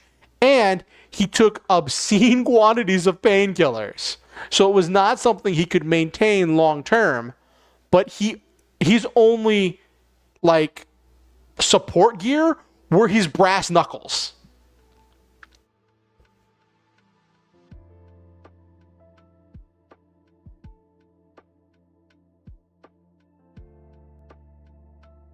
Yeah, that's definitely one way to put it, Herbert. About nepotism and really cool, and you gain power from strong genes. Yeah. And it's this whole thing about, like, if they had shown, like, if they had, instead of giving us this, like, depressed, quirkless Deku, who's like, you know,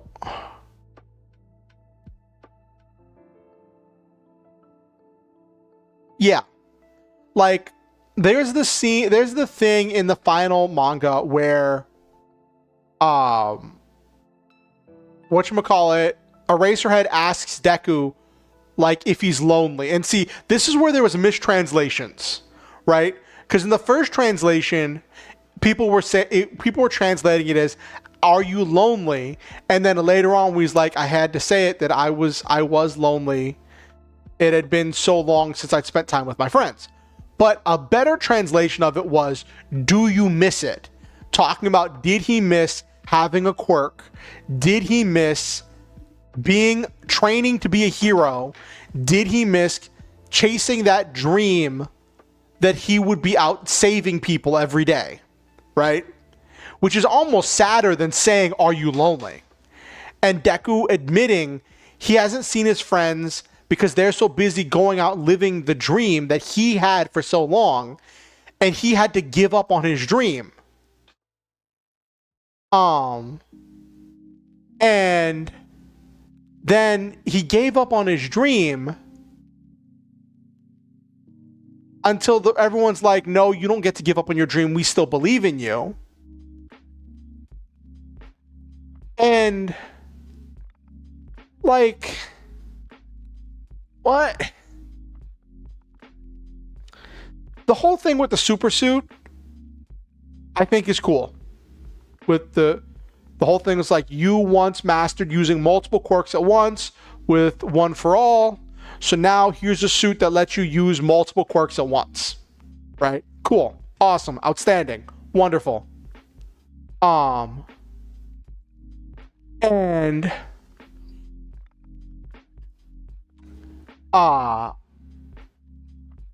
but the 8 years, the low point there, I will say the part where that little kid who throws the discs out of his hair, asking Deku and being like, "Can I be a hero with a quirk as weak as mine?"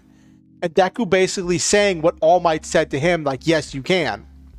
And being able to inspire the next generation was really cool. Now, on the flip side, the fact that the hero society is still a thing, and if anything,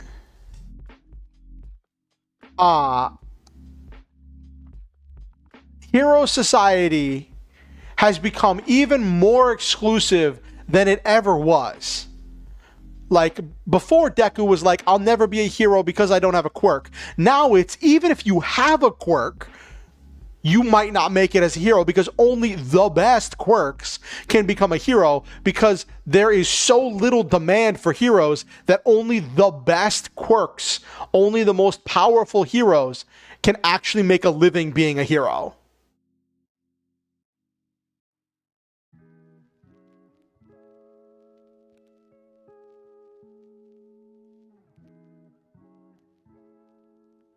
Yeah, that's true, Nabiru. They could have had him show more work in non-superhero work, right?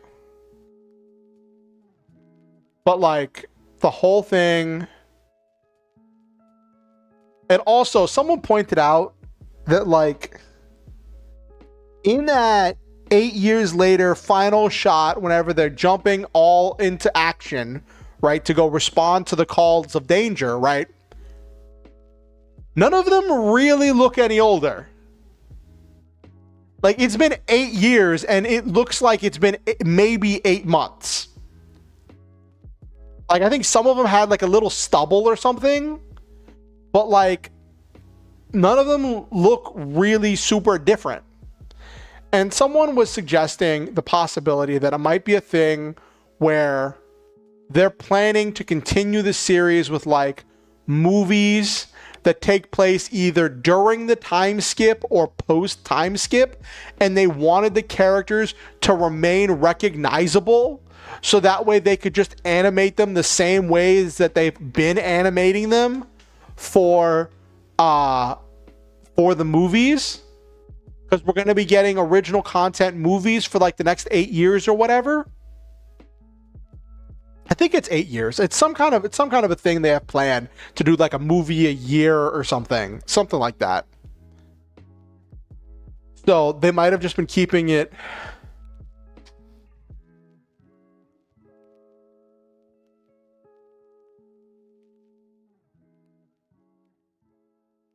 That's also a possibility, Herbert. He didn't.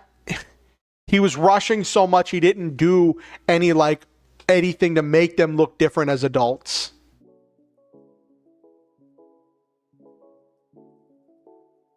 Though, like, the kind of...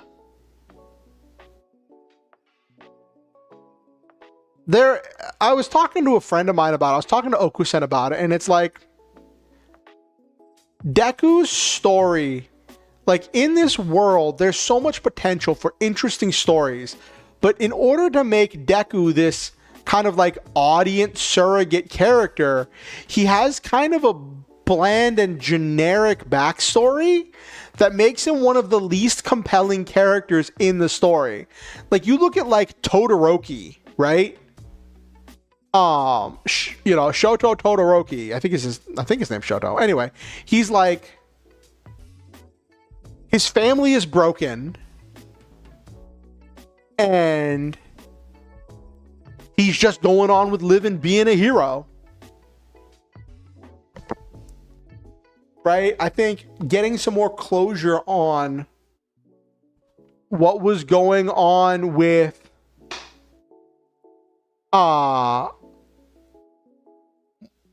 with what was going on with his family, you know?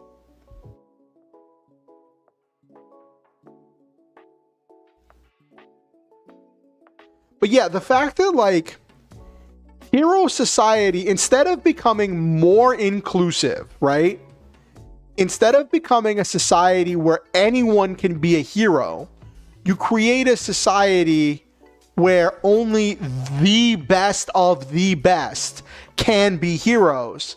Because everybody's being a hero by helping out and there's less demand for heroes. And heroes have more spare time. Well, why don't you come up with other things for heroes to be doing?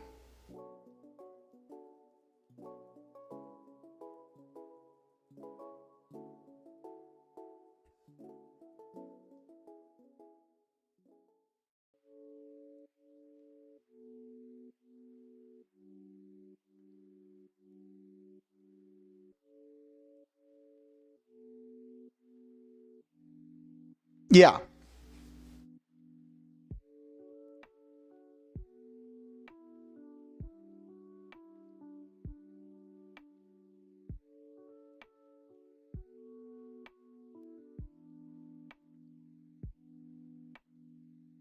That's definitely true, Herbert.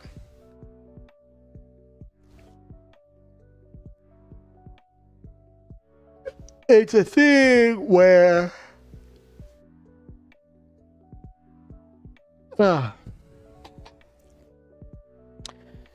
Deku is like this super generic character who goes on a whole power fantasy thing of gaining superpowers.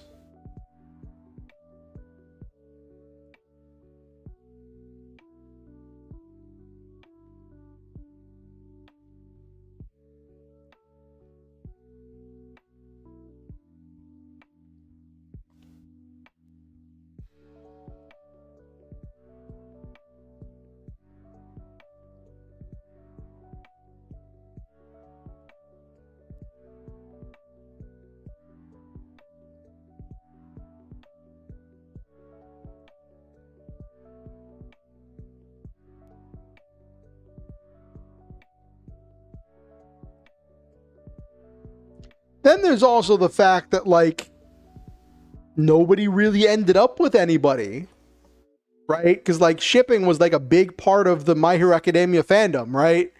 And that, like, there were no official couples at the end. Some people pointed out the fact that there was a thing where, like, if you look at Uraraka's costume, she had a neck piece that was kind of reminiscent of Deku's costume, right? But somebody pointed out that it actually, instead of looking like Deku's costume, it looks more, Uraraka's neck piece looks more like Ida's faceplate.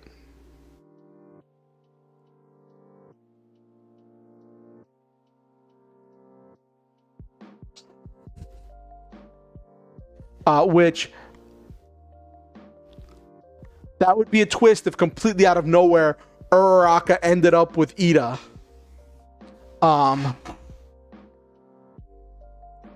Deku X McDonald's cashier. Oh my gosh.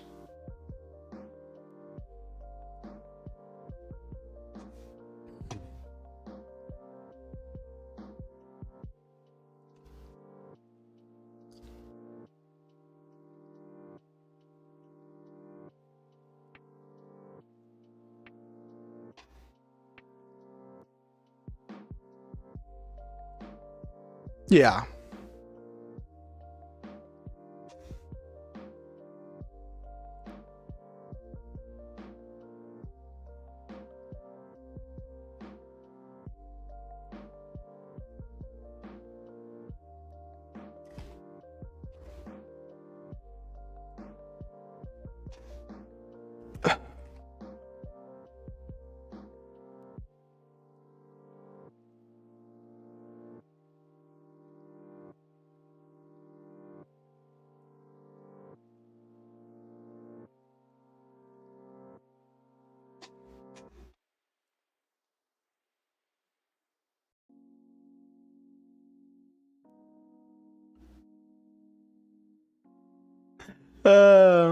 There are some people that talked about, like, the possibility that, like, people were saying that maybe, like, Horikoshi saw how insane some of the shippers were getting and was, like, getting either death threats or some kind of, like, these are rumors that, like, Horikoshi was getting some kind of, like, flack or harassment from people who didn't want their ship to be invalidated, who wanted their favorite characters to get shipped, and all of this, that, and the other.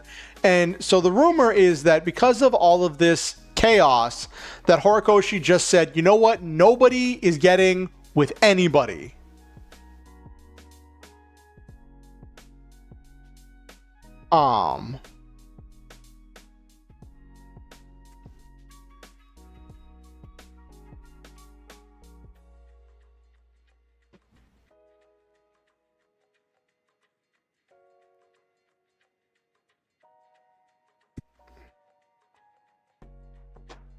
Okay.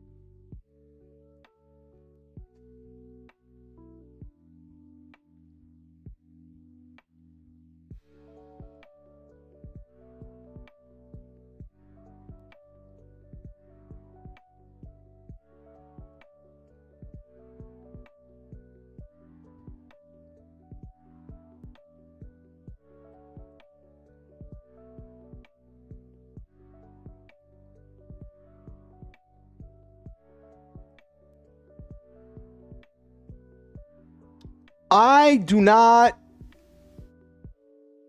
keep up with JJK. I don't read or watch it. But I have a friend who does. I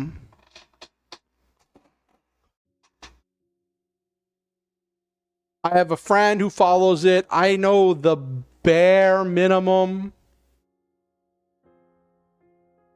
It's not really my kind of thing.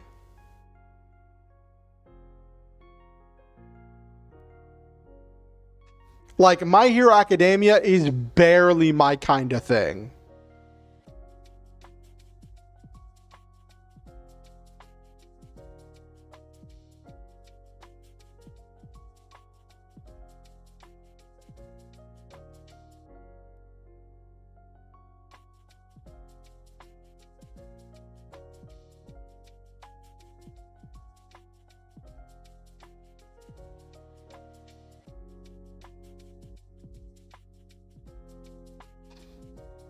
Mm-hmm.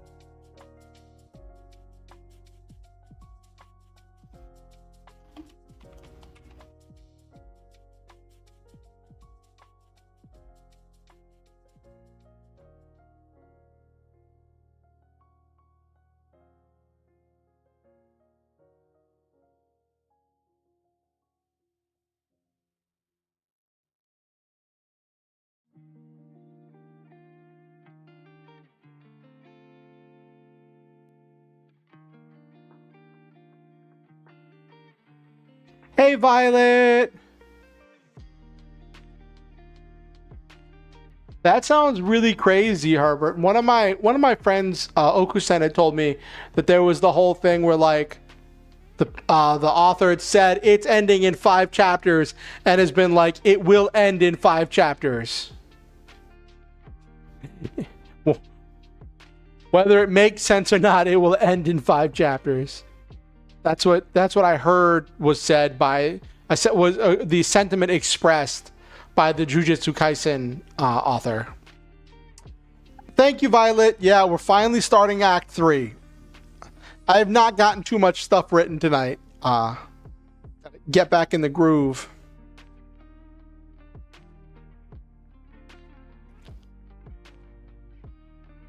Okay.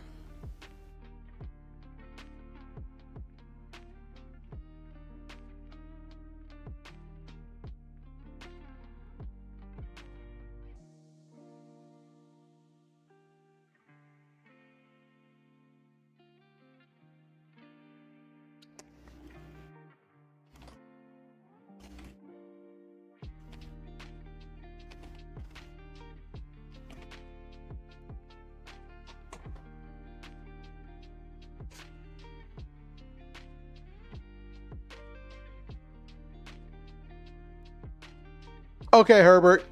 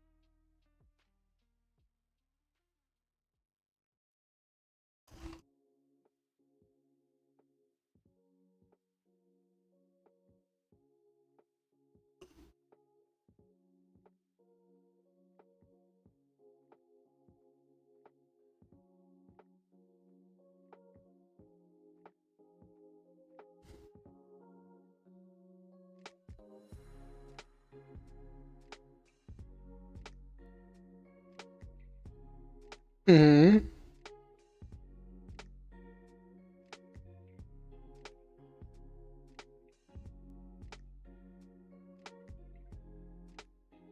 Thank you, Violet. Thank you, Violet.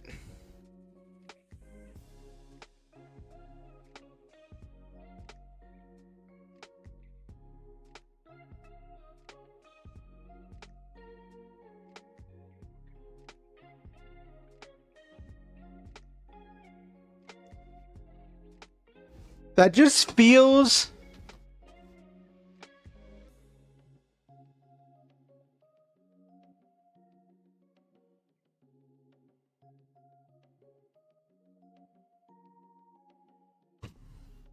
Oh goodness, Nabiru.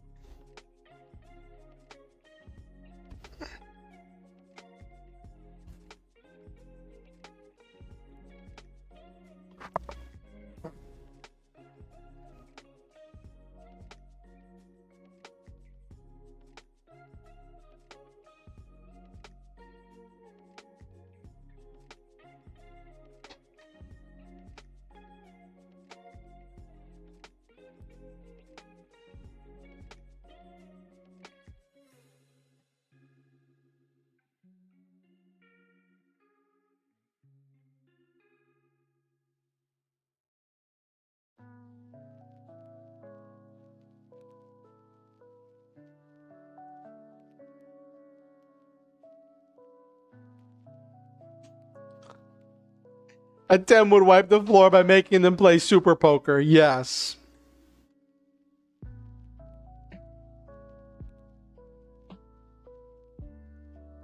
Ah.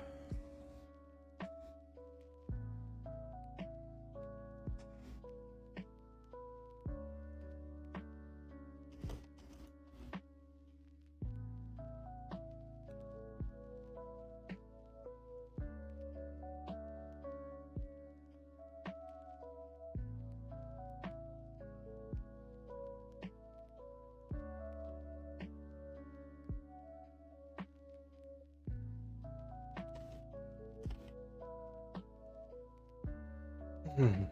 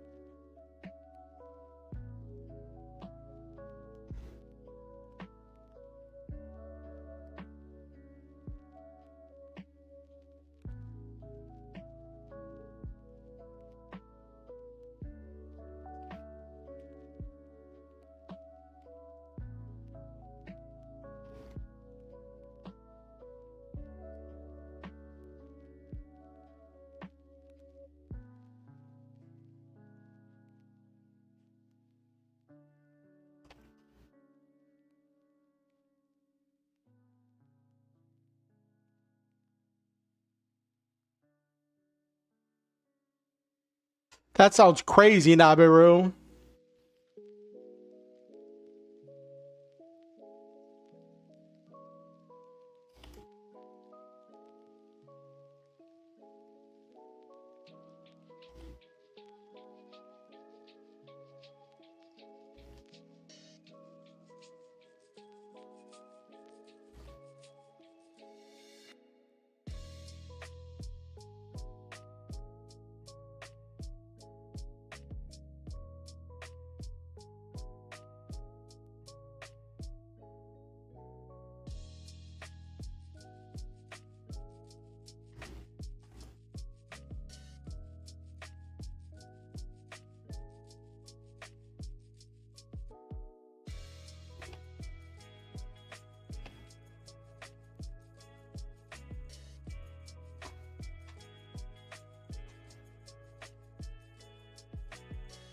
There's a cockroach running around my room, and I can't get it. just running around my room. There's two of them, and they crawled out of my air vent.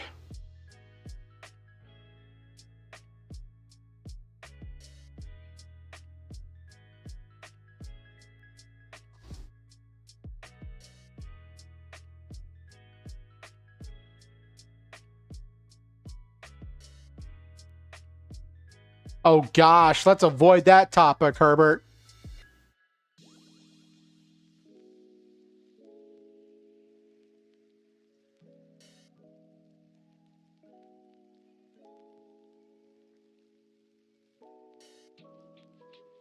Yeah, there have been, since I moved into this apartment, I've had more and more cockroaches coming out of like air vents and sinks and stuff and power outlets.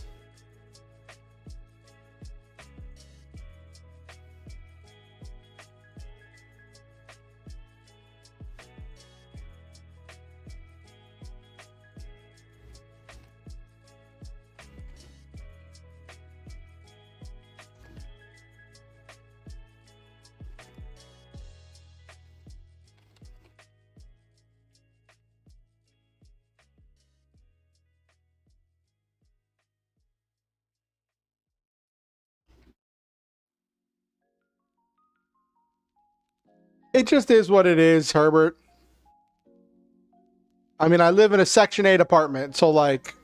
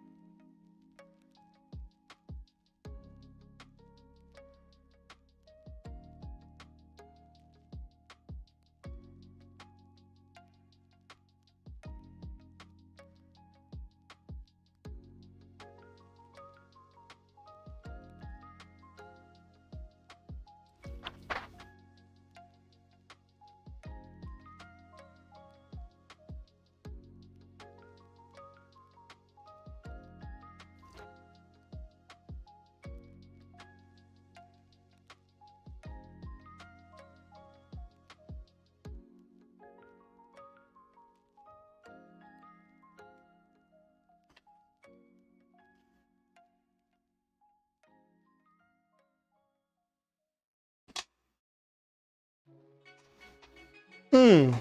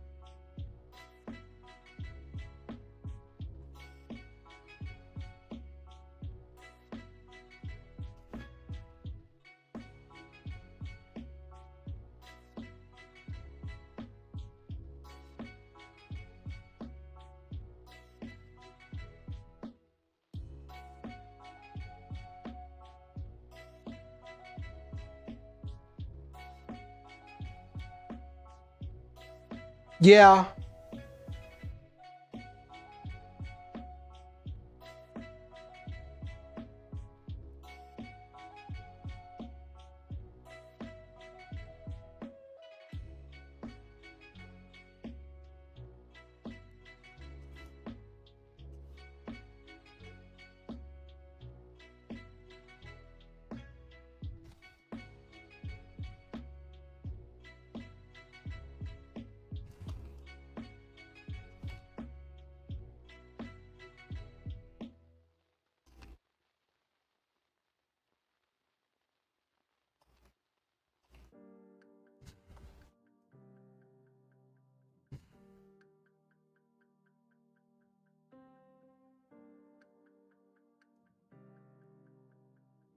Yeah, abridged series are funny.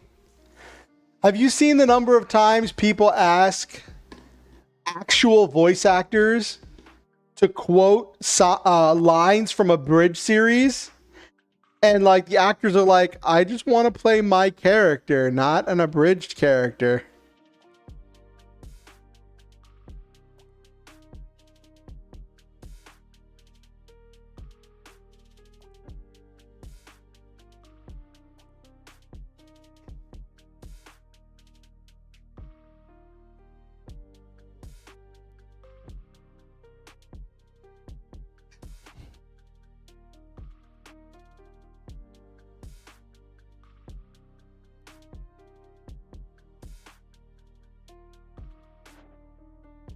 Yes. I would argue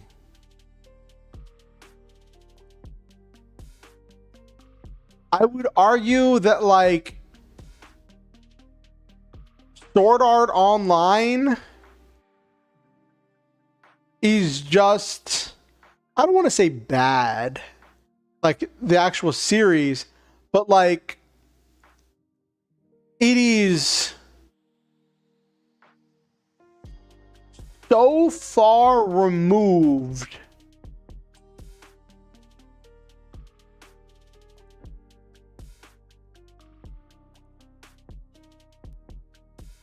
it is so far removed from like how we would really picture a game like that operating, and like so much of it is just so ridiculous, and it goes to such ridiculous lengths.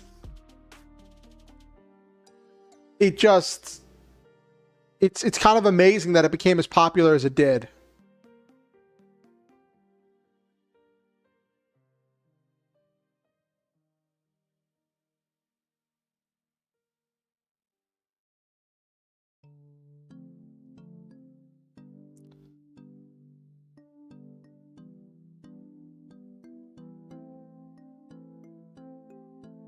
Mm-hmm.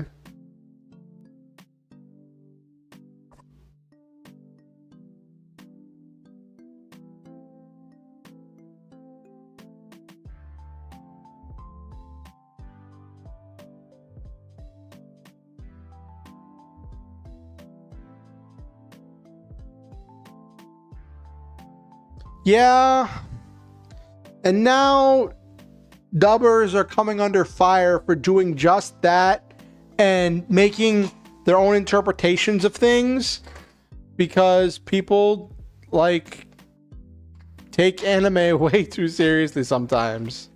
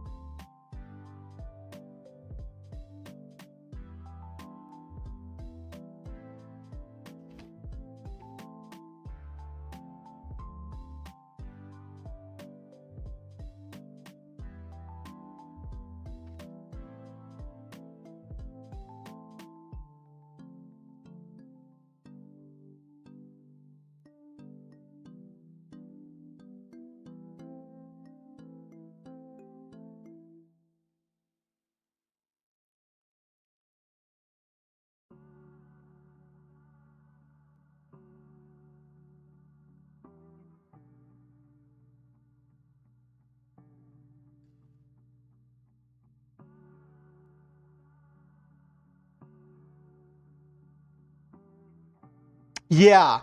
And I kind of I know this is probably not a nice thing to say, but like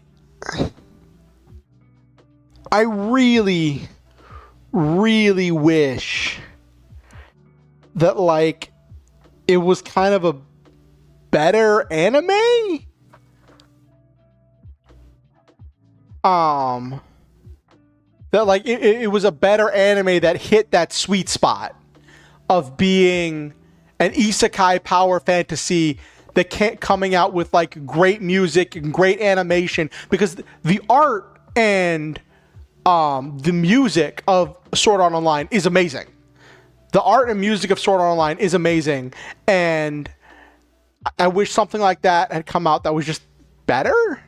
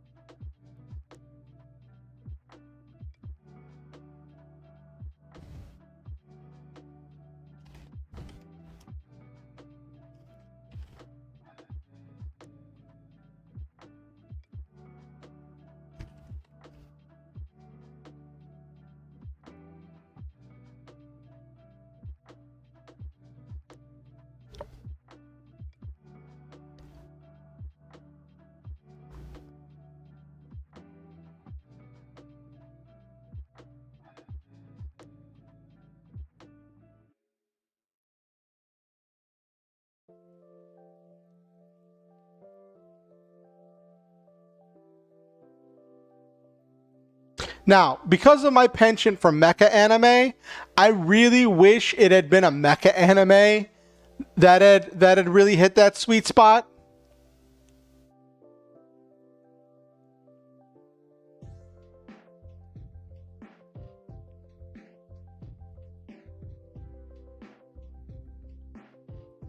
Like,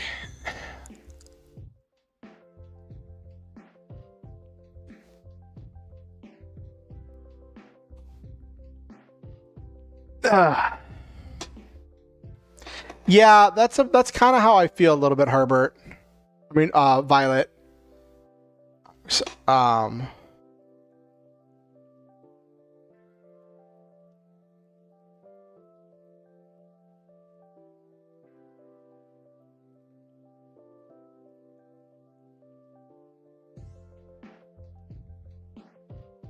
yeah. The thing was, SAO provided a death game before death games were really popular, right? And then halfway through season 1, it just forgot about the death game part of it. And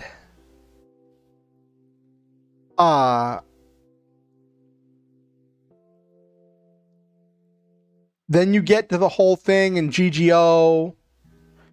And someone pointed out how ridiculous the GGO thing was. The fact that, like, there was a single melee weapon that is, like, all powerful, but you have to get close enough to use it, right? The laser sword. And nobody used it. Like, there are so many blades-only players in shooters.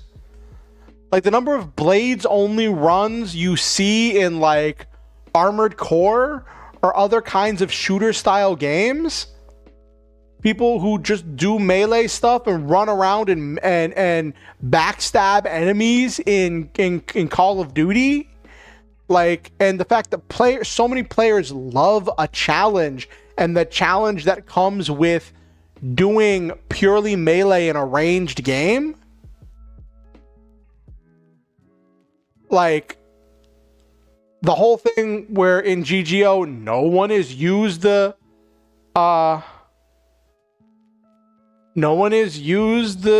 flippin' laser sword.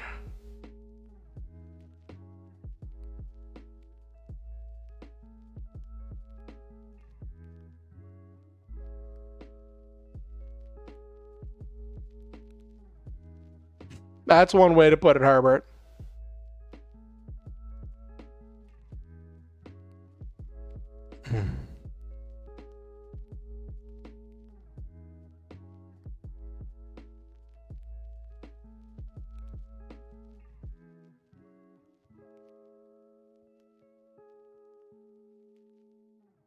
Like, I really liked Asuna's character. And I, like, how'd I put it? I really liked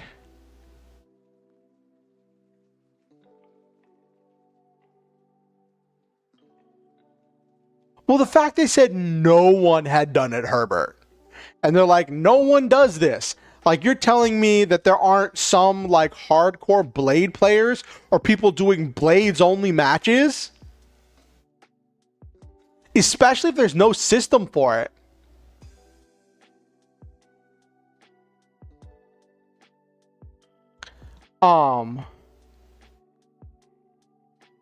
And the melee is not super viable in Armored Core. Like the old Armored Core games did not have the kick your opponent to stun them mechanic. And there were still tons of Blades only players. That kick your enemy to stun them mechanic is new.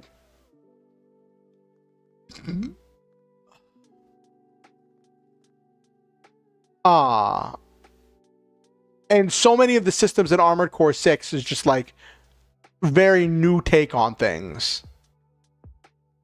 But it just kind of misunderstands a lot of the gaming culture. And I really liked SAO. And it was when I was really first discovering anime.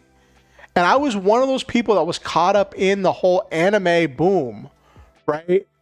I was like, this is so epic. I had a playmat of Asuna. And I was like, this is the waifu, best girl, projects so much strength and power, and a strong, female character. And I have a playmat somewhere of like Kirito and Asuna and Yui, like all just taking a nap together in like casual clothing. And I really liked that for a while because that was the dream. Make a family, protect your family, and and be able to rest with your family. And that was just really important to me.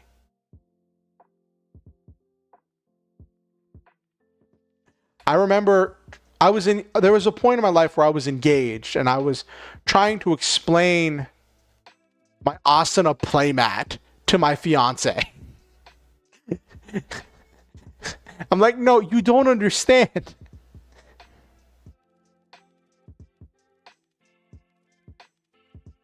Especially, this is gonna sound so bad, but like the Asuna playmat I had been getting sold around between different people in my game shop.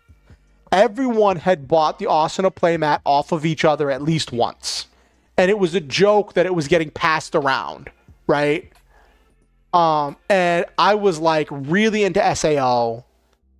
It's like I was still getting my grips on like anime, and it had like kind of the sci-fi element of the game stuff, of the cyber world. And I bought the playmat and then I wouldn't sell it to anybody. And I was like, I'm rescuing this playmat to a good home. I'm going to take care of it instead of just like passing it around to everybody. And then trying to explain that to my fiance, my then fiance, was really funny.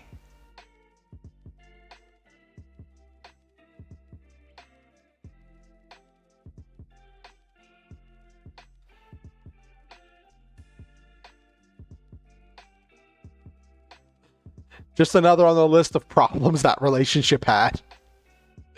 All right, let's get back to it, chat.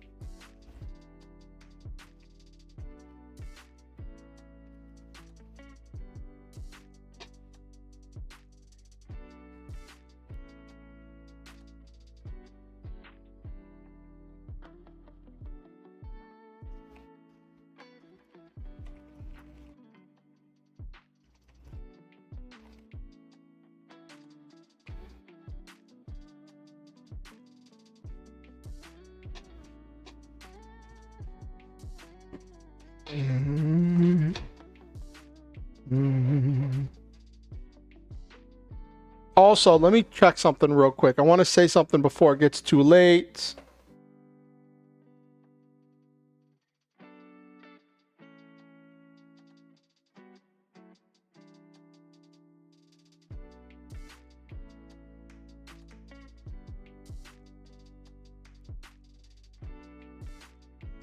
Okay.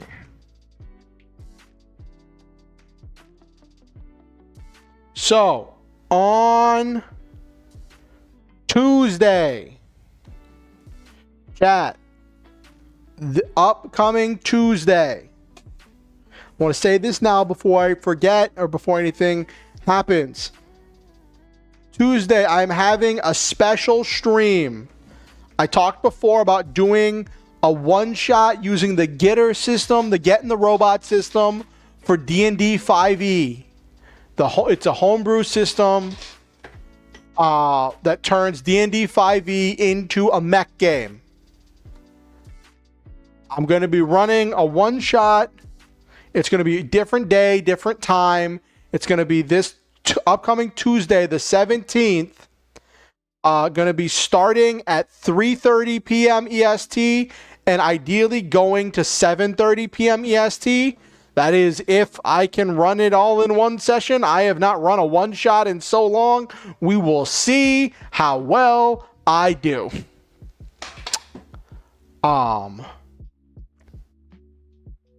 But you can come along for that adventure where we just test out and do a play test. Cool. Gonna be doing that.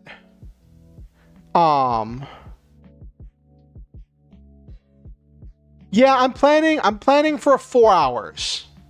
I'm planning for 4 hours just because that's what people can make, because people have to work and I don't want to start too early. So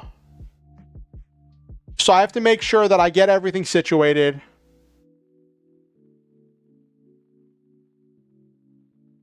Well, so I'm only planning like a few actual combats, and there's some character interactions and player stuff that needs to happen.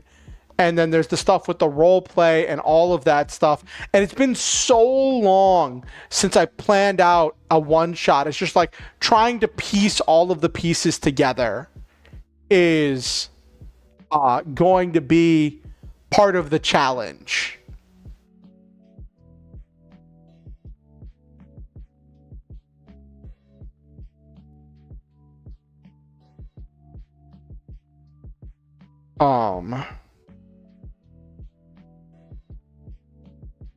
I just hope I remember how to write a one shot.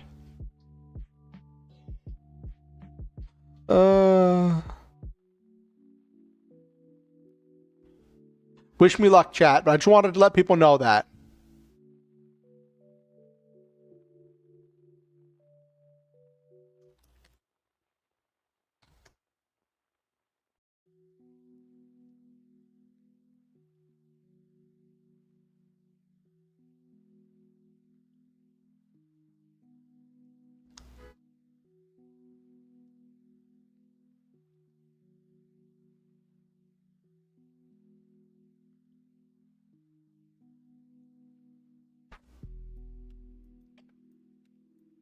Uh-huh.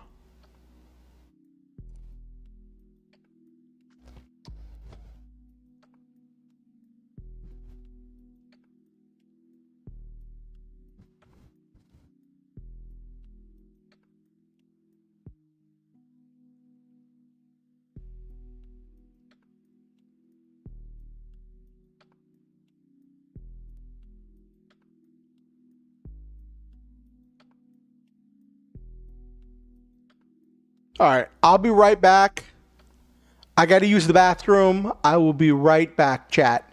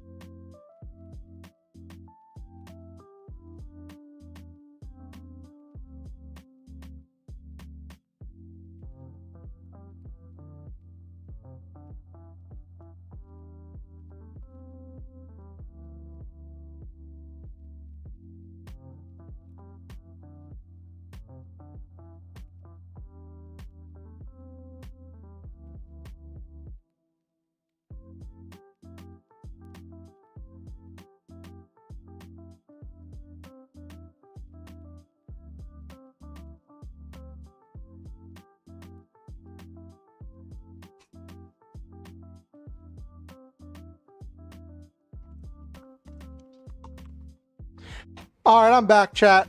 Got a bottle of water. You could make it like an episode of a mecha anime, rarely complex, especially early ones. I could.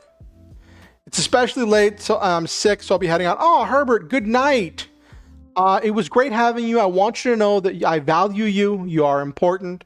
You matter, and you make this world a better place. I don't know if you're still here, Herbert, but I just want you to know that it was great having you, and you are a valued member of this community.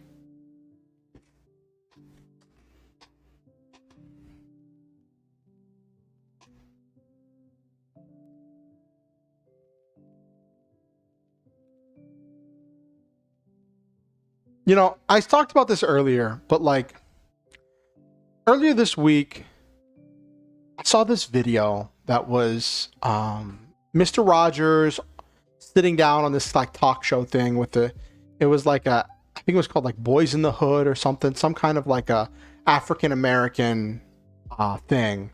And the way they talked, I think it was like after Mr. Rogers had like retired or something like that. I don't know where in the timeline it took place. I don't know where it took place, but the guy was saying to Mr. Rogers, he was like, we all grew up with you, and you know, we all grew up with you in our lives. And like right now there's this whole thing going on. There's all these thoughts and stress and things. And what do you think the world needs right now? And he's like, there's not really a simple answer, because if there was a simple answer, we would have found it, right? But the best thing that we can do is to make sure that on every TV program and every other kind of program, which I think he was referring to like internet programs and radio programs. Radio programs had been a thing, but I think internet programs and like and online shows were starting to become a thing at that time. Where he was like, all these programs, we need to make sure we're telling people how important people are.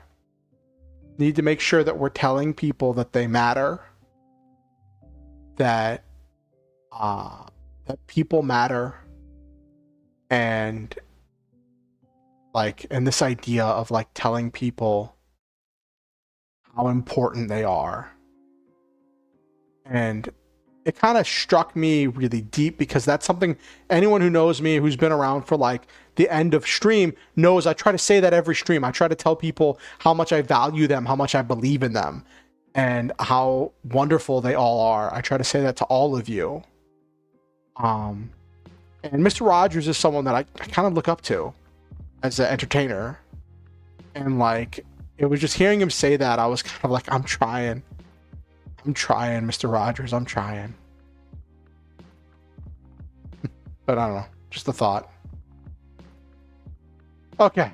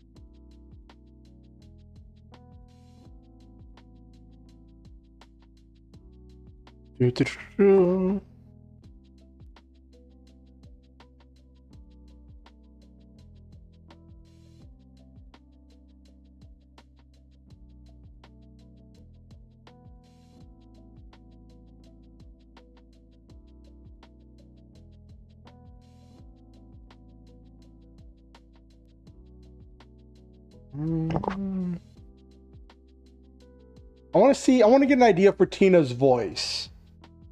She called him Sarge before, so she'd probably call him LT now.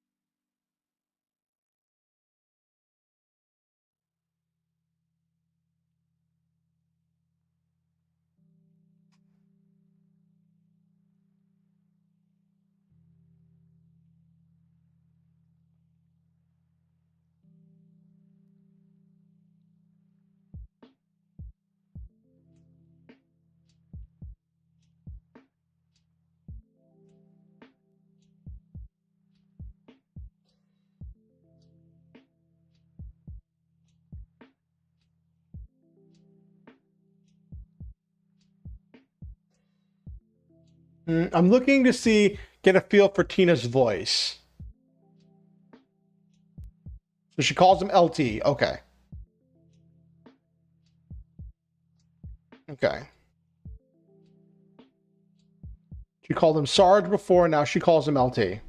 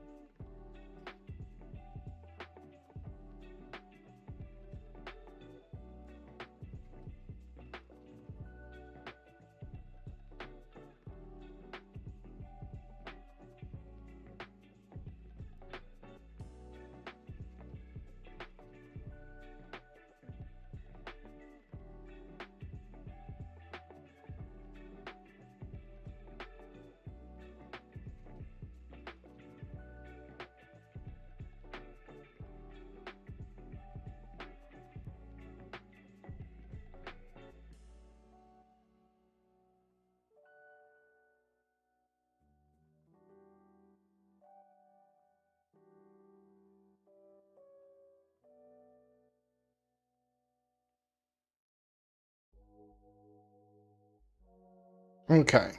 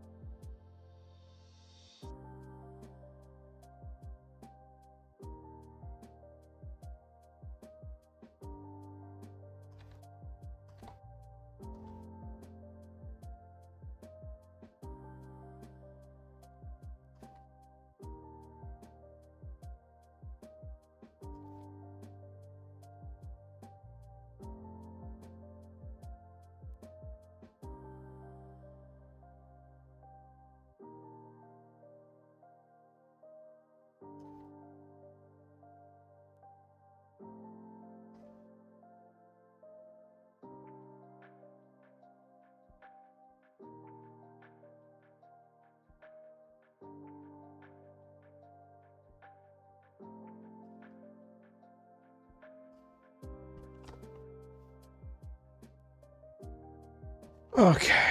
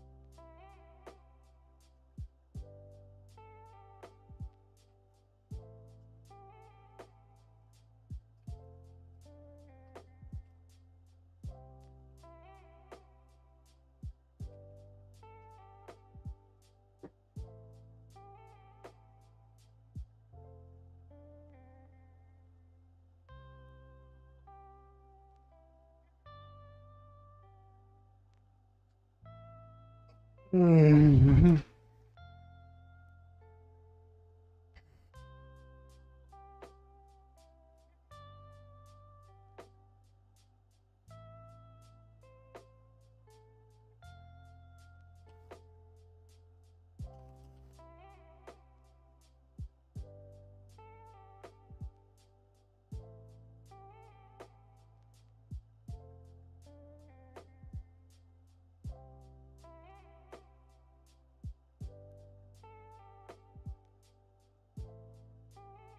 All right, Violet, good night. I want you to know that you are a wonderful person. You matter. You're important. You're deserving of happiness and good things, and you are worthy of love. Have yourself a wonderful night, Violet.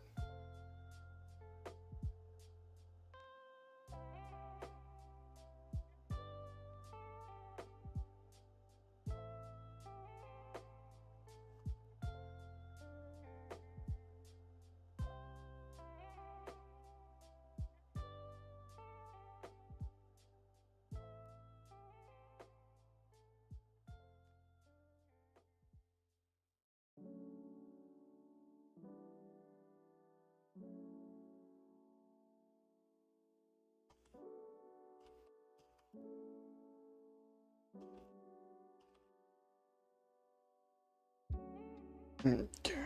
How many words have I written so far tonight? Did a lot of talking.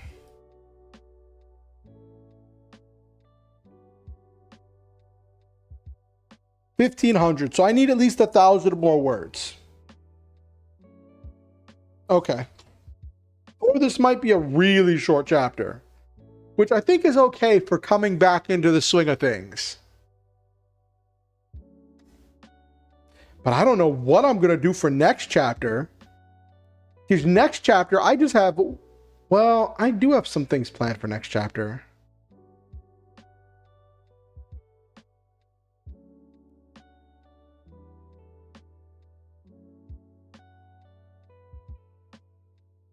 I might rearrange some things for next chapter.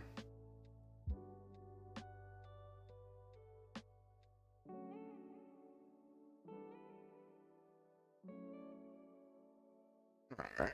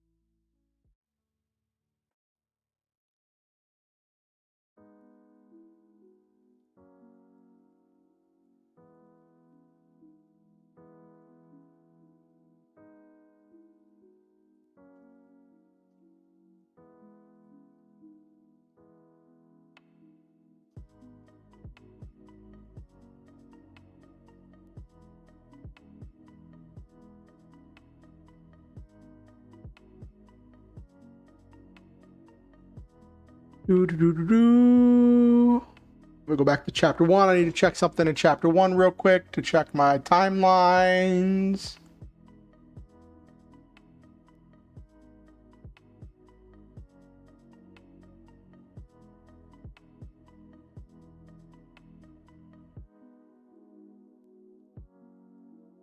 How long ago? It's been about a year-ish.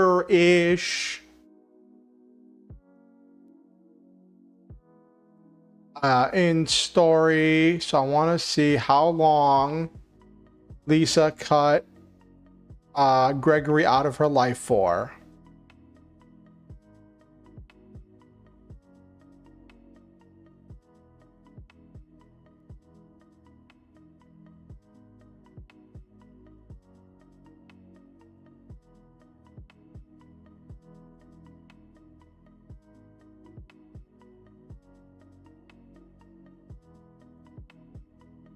$10 years. Okay.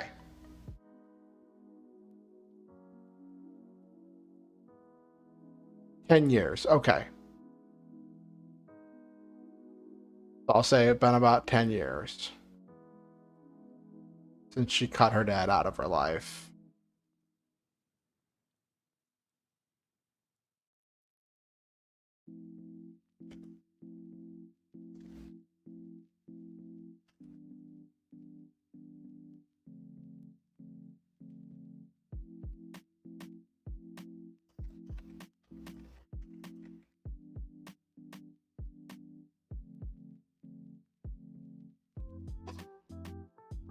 Mm-hmm. Well, this takes place over an extended period of time, like because it's a novel that takes place over an extended period of time. There's weeks, there's months, there's days that pass by.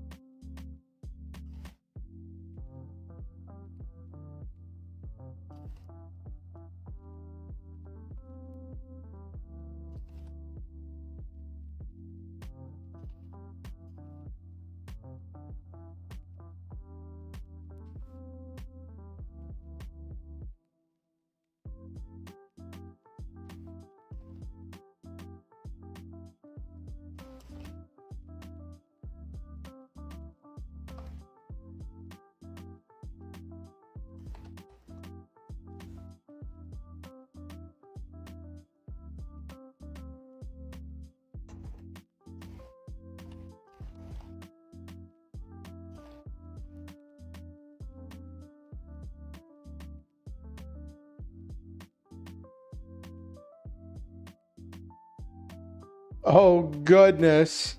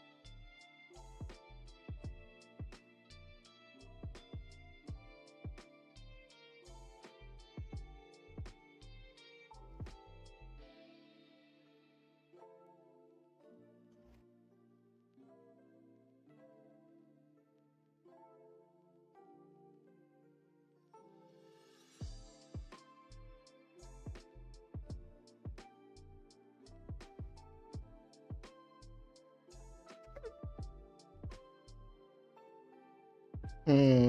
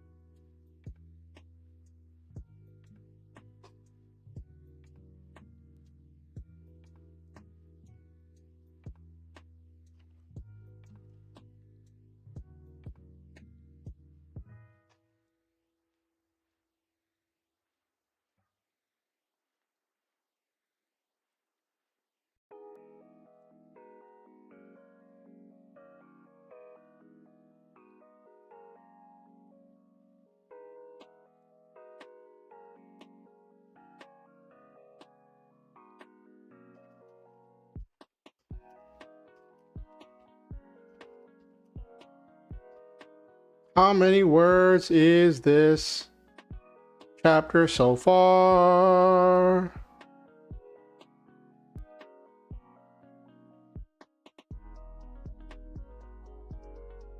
So I need another 600 words. Another 500 words, about 530 words.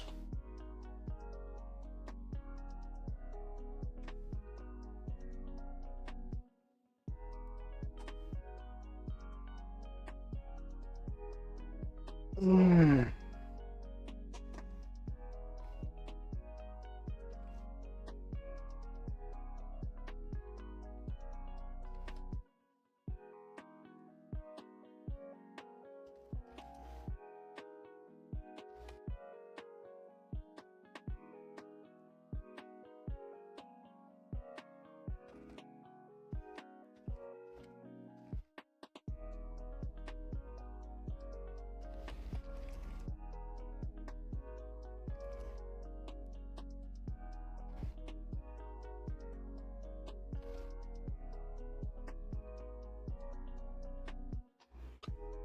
Let me see something real quick.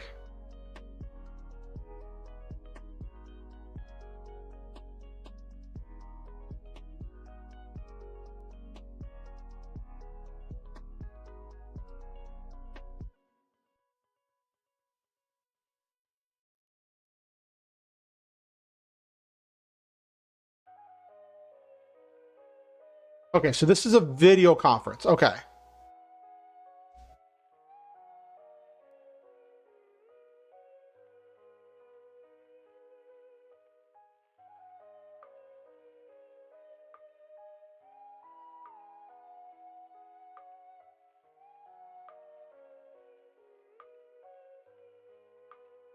Okay, let me change how I describe this.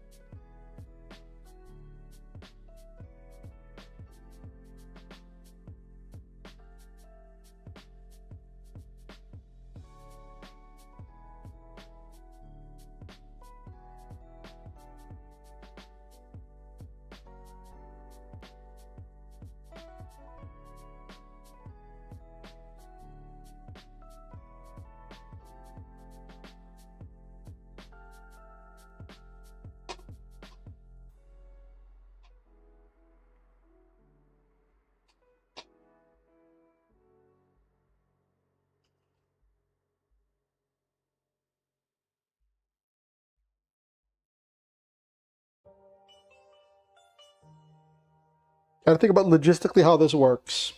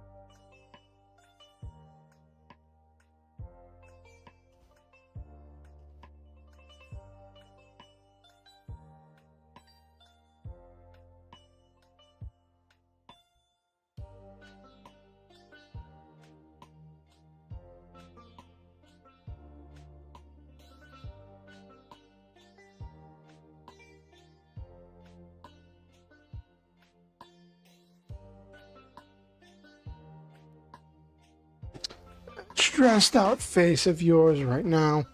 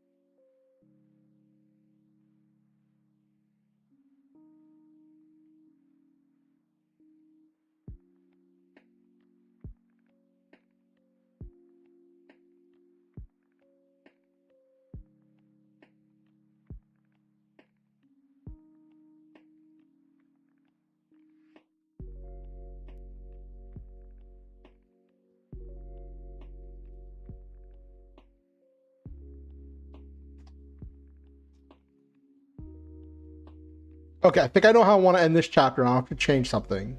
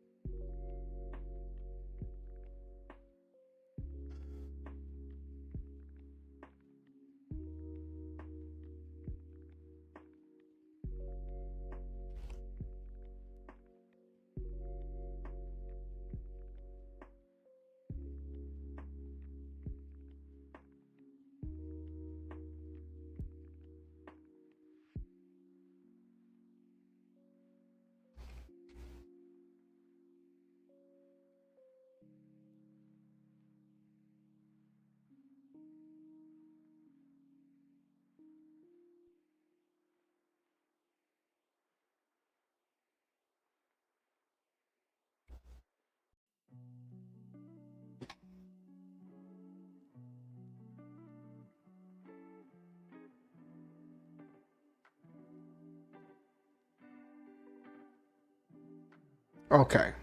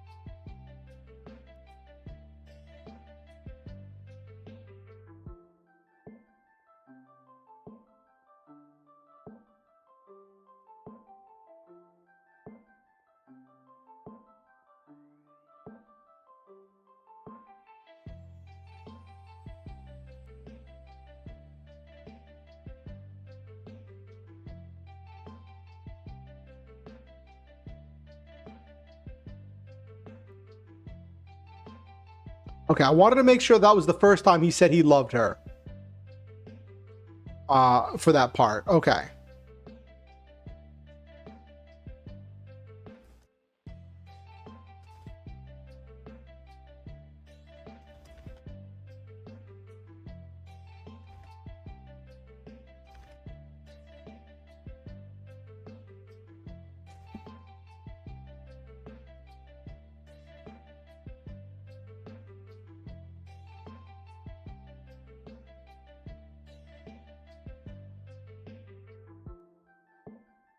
Okay.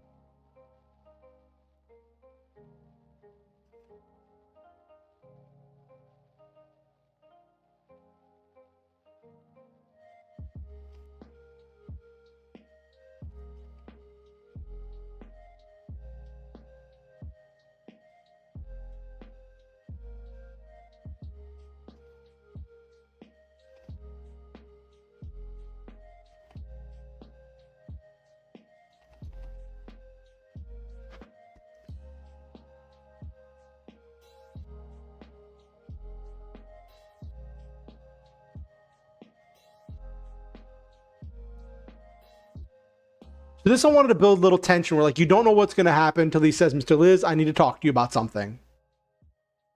And that's where I kind of wanted to end there, where he tells, with him telling Mr. Liz about the plot.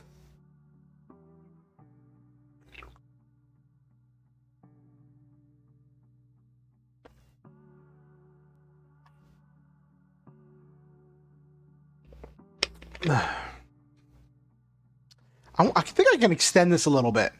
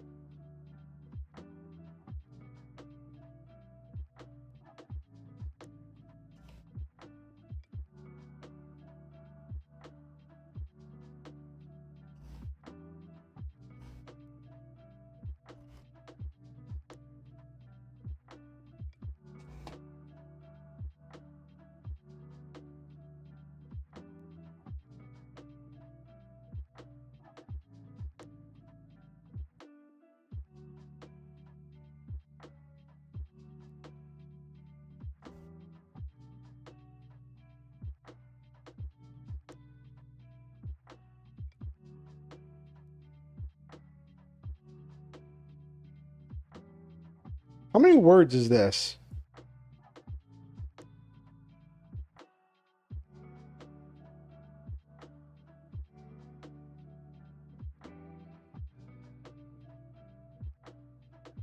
Yeah, I'll do a little bit more with it. Okay.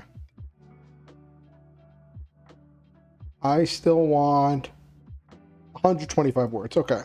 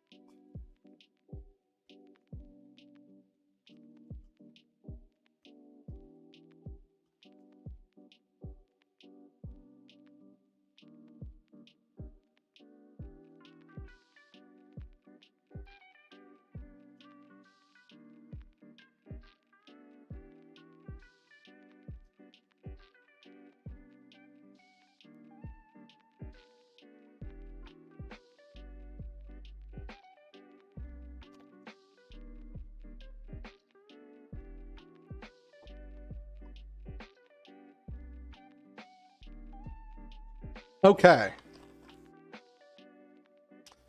forget to change? Hold on. I forgot to change the writing stream back to the writing category, chat. I forgot to change it back to the writing category on Twitch. Oh my gosh, chat. I'm so terrible. I'm so terrible. All right, I'm just finishing up now. Let me just wrap up this chapter.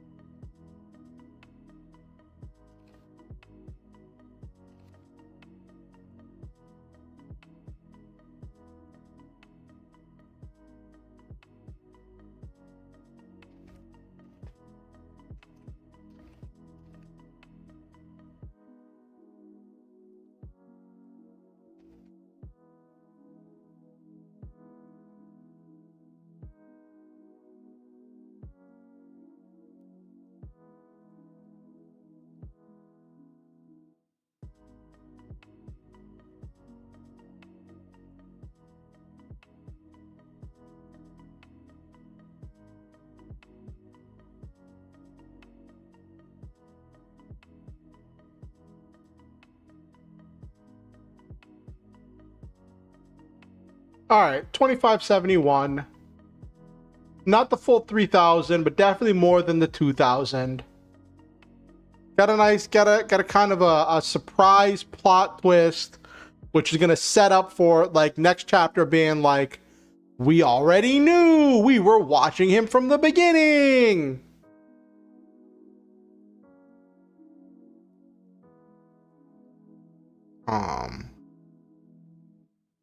Which I think is pretty cool. All right, chat, let's wind down for the night. On this Friday night. Gosh, I gotta figure out what I'm doing for Lancer on Sunday. Oh my gosh. Chat, am I cooked? I might be cooked.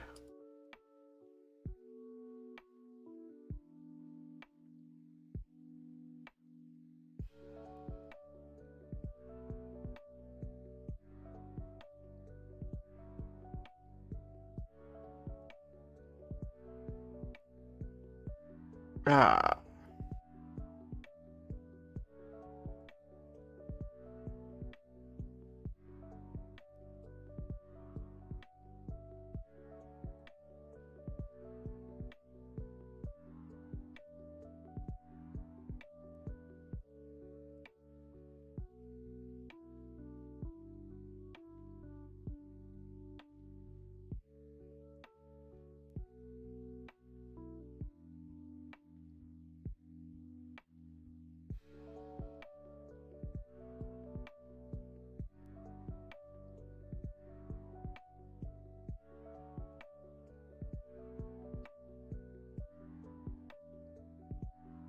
Okay.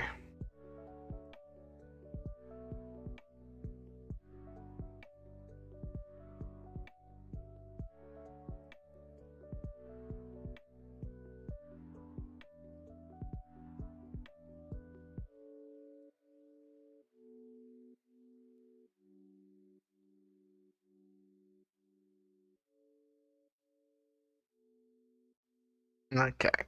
Trying to see if there's anything cool to talk about.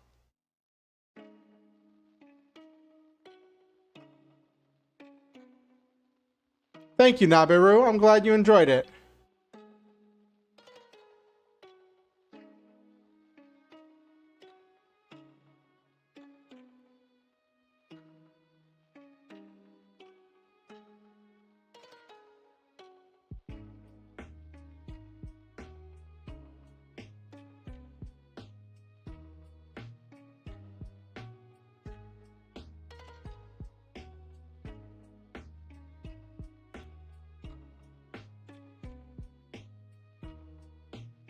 Alrighty. We had a good night.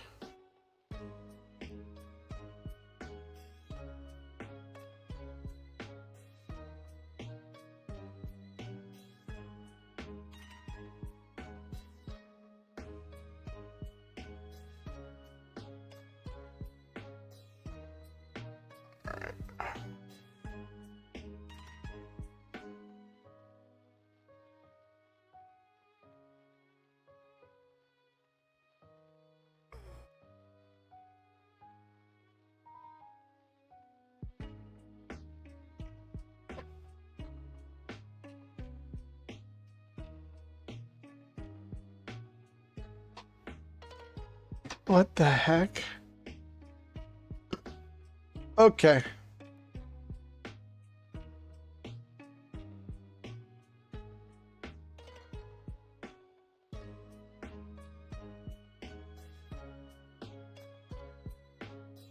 Alrighty. So,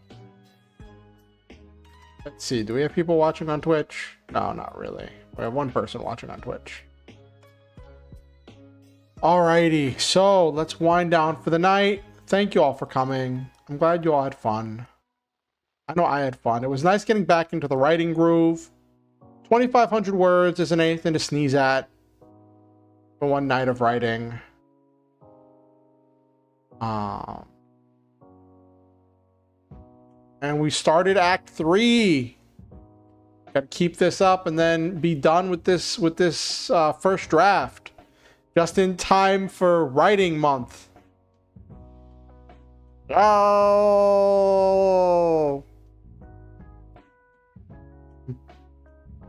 Alright. Well.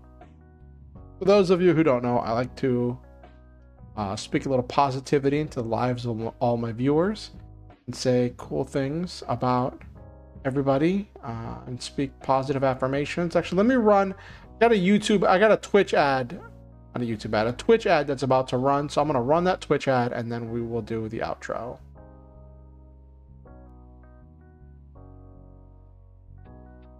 All right. But yeah, I got a few ideas for story stuff. I don't know what I'm going to nail down and knuckle down and do in I don't know exactly what I'm going to do for whatchamacallit? Bleh, words. I don't know exactly what I'm going to do for writing month. Whatever we're calling it now. But I'll figure something out. Gonna do something.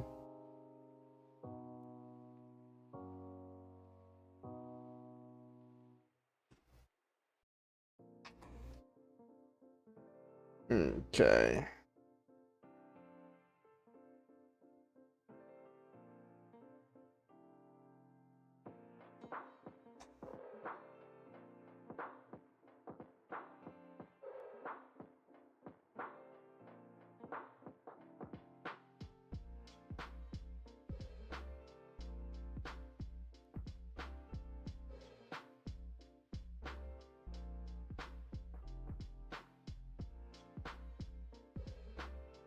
Okay.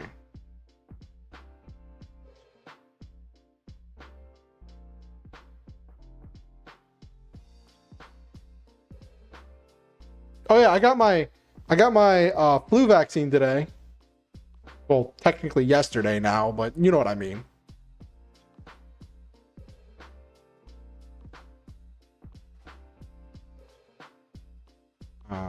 Which is nice.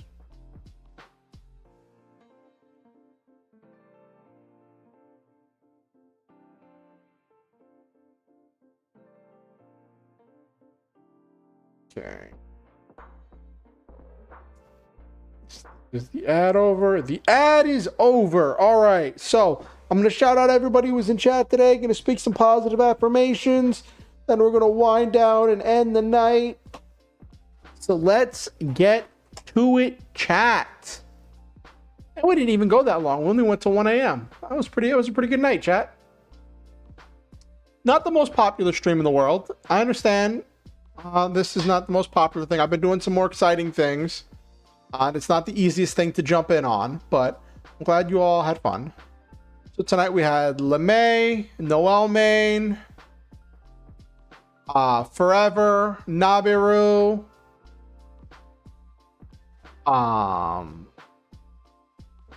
Herbert Steele,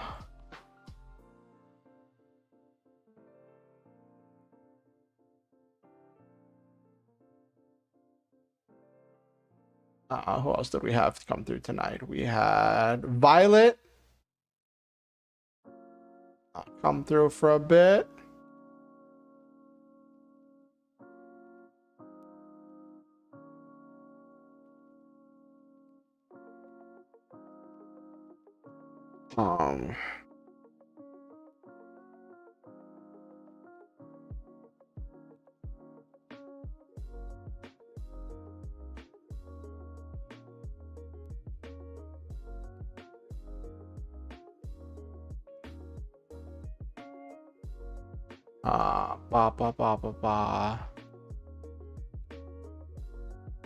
Looks like that was everybody.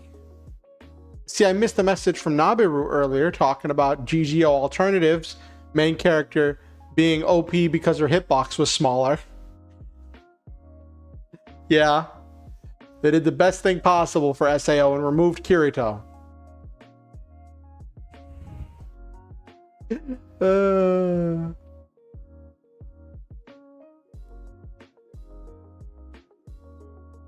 Anywho. To all those people who said stuff in chat, I want to say thank you for saying stuff in chat. It means the world to me and helps me with having people to talk to. These streams would not be nearly as entertaining without people to chat with and shoot the breeze with. And I have fun doing this and interacting with all of you. It's definitely a part of my social interaction, and I very much value it. And I value all of you. To anyone who watched the stream and just lurked in chat and didn't say anything, I appreciate all of you. I appreciate your views. I appreciate your time. I appreciate your attention. And I appreciate your energy. And to anyone who watches this VOD afterwards, thank you for your views and your notice and your comments and your time. And I say to all of you, no matter whether you commented, didn't comment, chatted, didn't chat, whatever, I say to all of you that I love all of you. And I believe in each and every one of you. I believe that you all possess a unique, one-of-a-kind potential to make this world a better place by living in it in your own special way. I believe that you are special.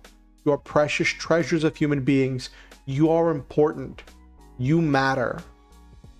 You are deserving of happiness and love and good things, and you are worthy of notice, and you are precious.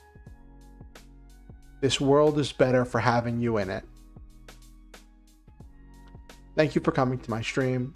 Always remember the Star Hunter motto: shoot for the stars, have wonderful adventures, live your dreams, and always stop to enjoy the memes. If you're watching on YouTube, I ask that you like the stream. It helps the algorithm with getting it out to more people. I know I didn't ask that much tonight, and we didn't have too many people coming through tonight. But it was still fun. So I got to get better at asking people to like the stream whenever they're here. But we had a decent number. Far cry from the old days when I would finish writing a stream and only have 5 views.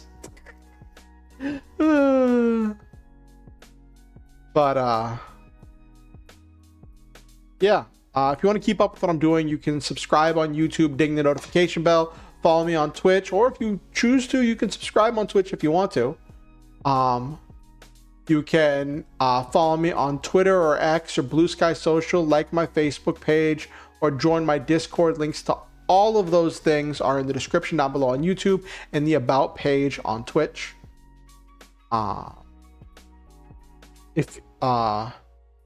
One thing I ask is that you ask if you have any friends or neighbors or aunts or uncles or relatives, co-workers, best friends, anyone you think might enjoy my content. Feel free to show them my content and invite them to the next stream. Next stream is going to be Monday, 8:30 p.m. EST. And then the next stream after that is going to be the special Tuesday one at 3:30 p.m. EST, which is going to be the special, the Tuesday one is going to be the special Getter one shot, which might turn into more than a one shot, depending on how I feel, depending on how people feel, and where people want to go with that, if people show up and are interested in it. We'll see how it goes. One last thing. You do not have to donate to be here. You're not expected to give money to be welcome in this community. With that said, I do appreciate the people who have donated and made things possible for me that would not have been possible otherwise. I appreciate each and every one of you. And and it means the world to me. If you ever feel motivated to donate for any number of reasons, and it is financially safe and responsible for you to do so, there are links where you can do so in the description down below on YouTube and the donate button on Twitch. In the description on YouTube, there's a link to PayPal where you can do a one-time donation, or Ko-fi where you can do a one-time donation or a monthly donation. The one-time, if you're doing a one-time donation, I prefer you do it through PayPal because I get more of the money. As for the monthly donations on Ko-fi, there's no rewards for those at present. But it's more of just if you say there's a tangible way to say that you appreciate my content. And the donate button on Twitch just takes you to Ko-fi. So anyway, have yourselves a good night, everybody. Thank you all for coming. It means the world to me. All of you mean the world to me. We are all in this precious, wonderful adventure together. And won't you be my neighbor?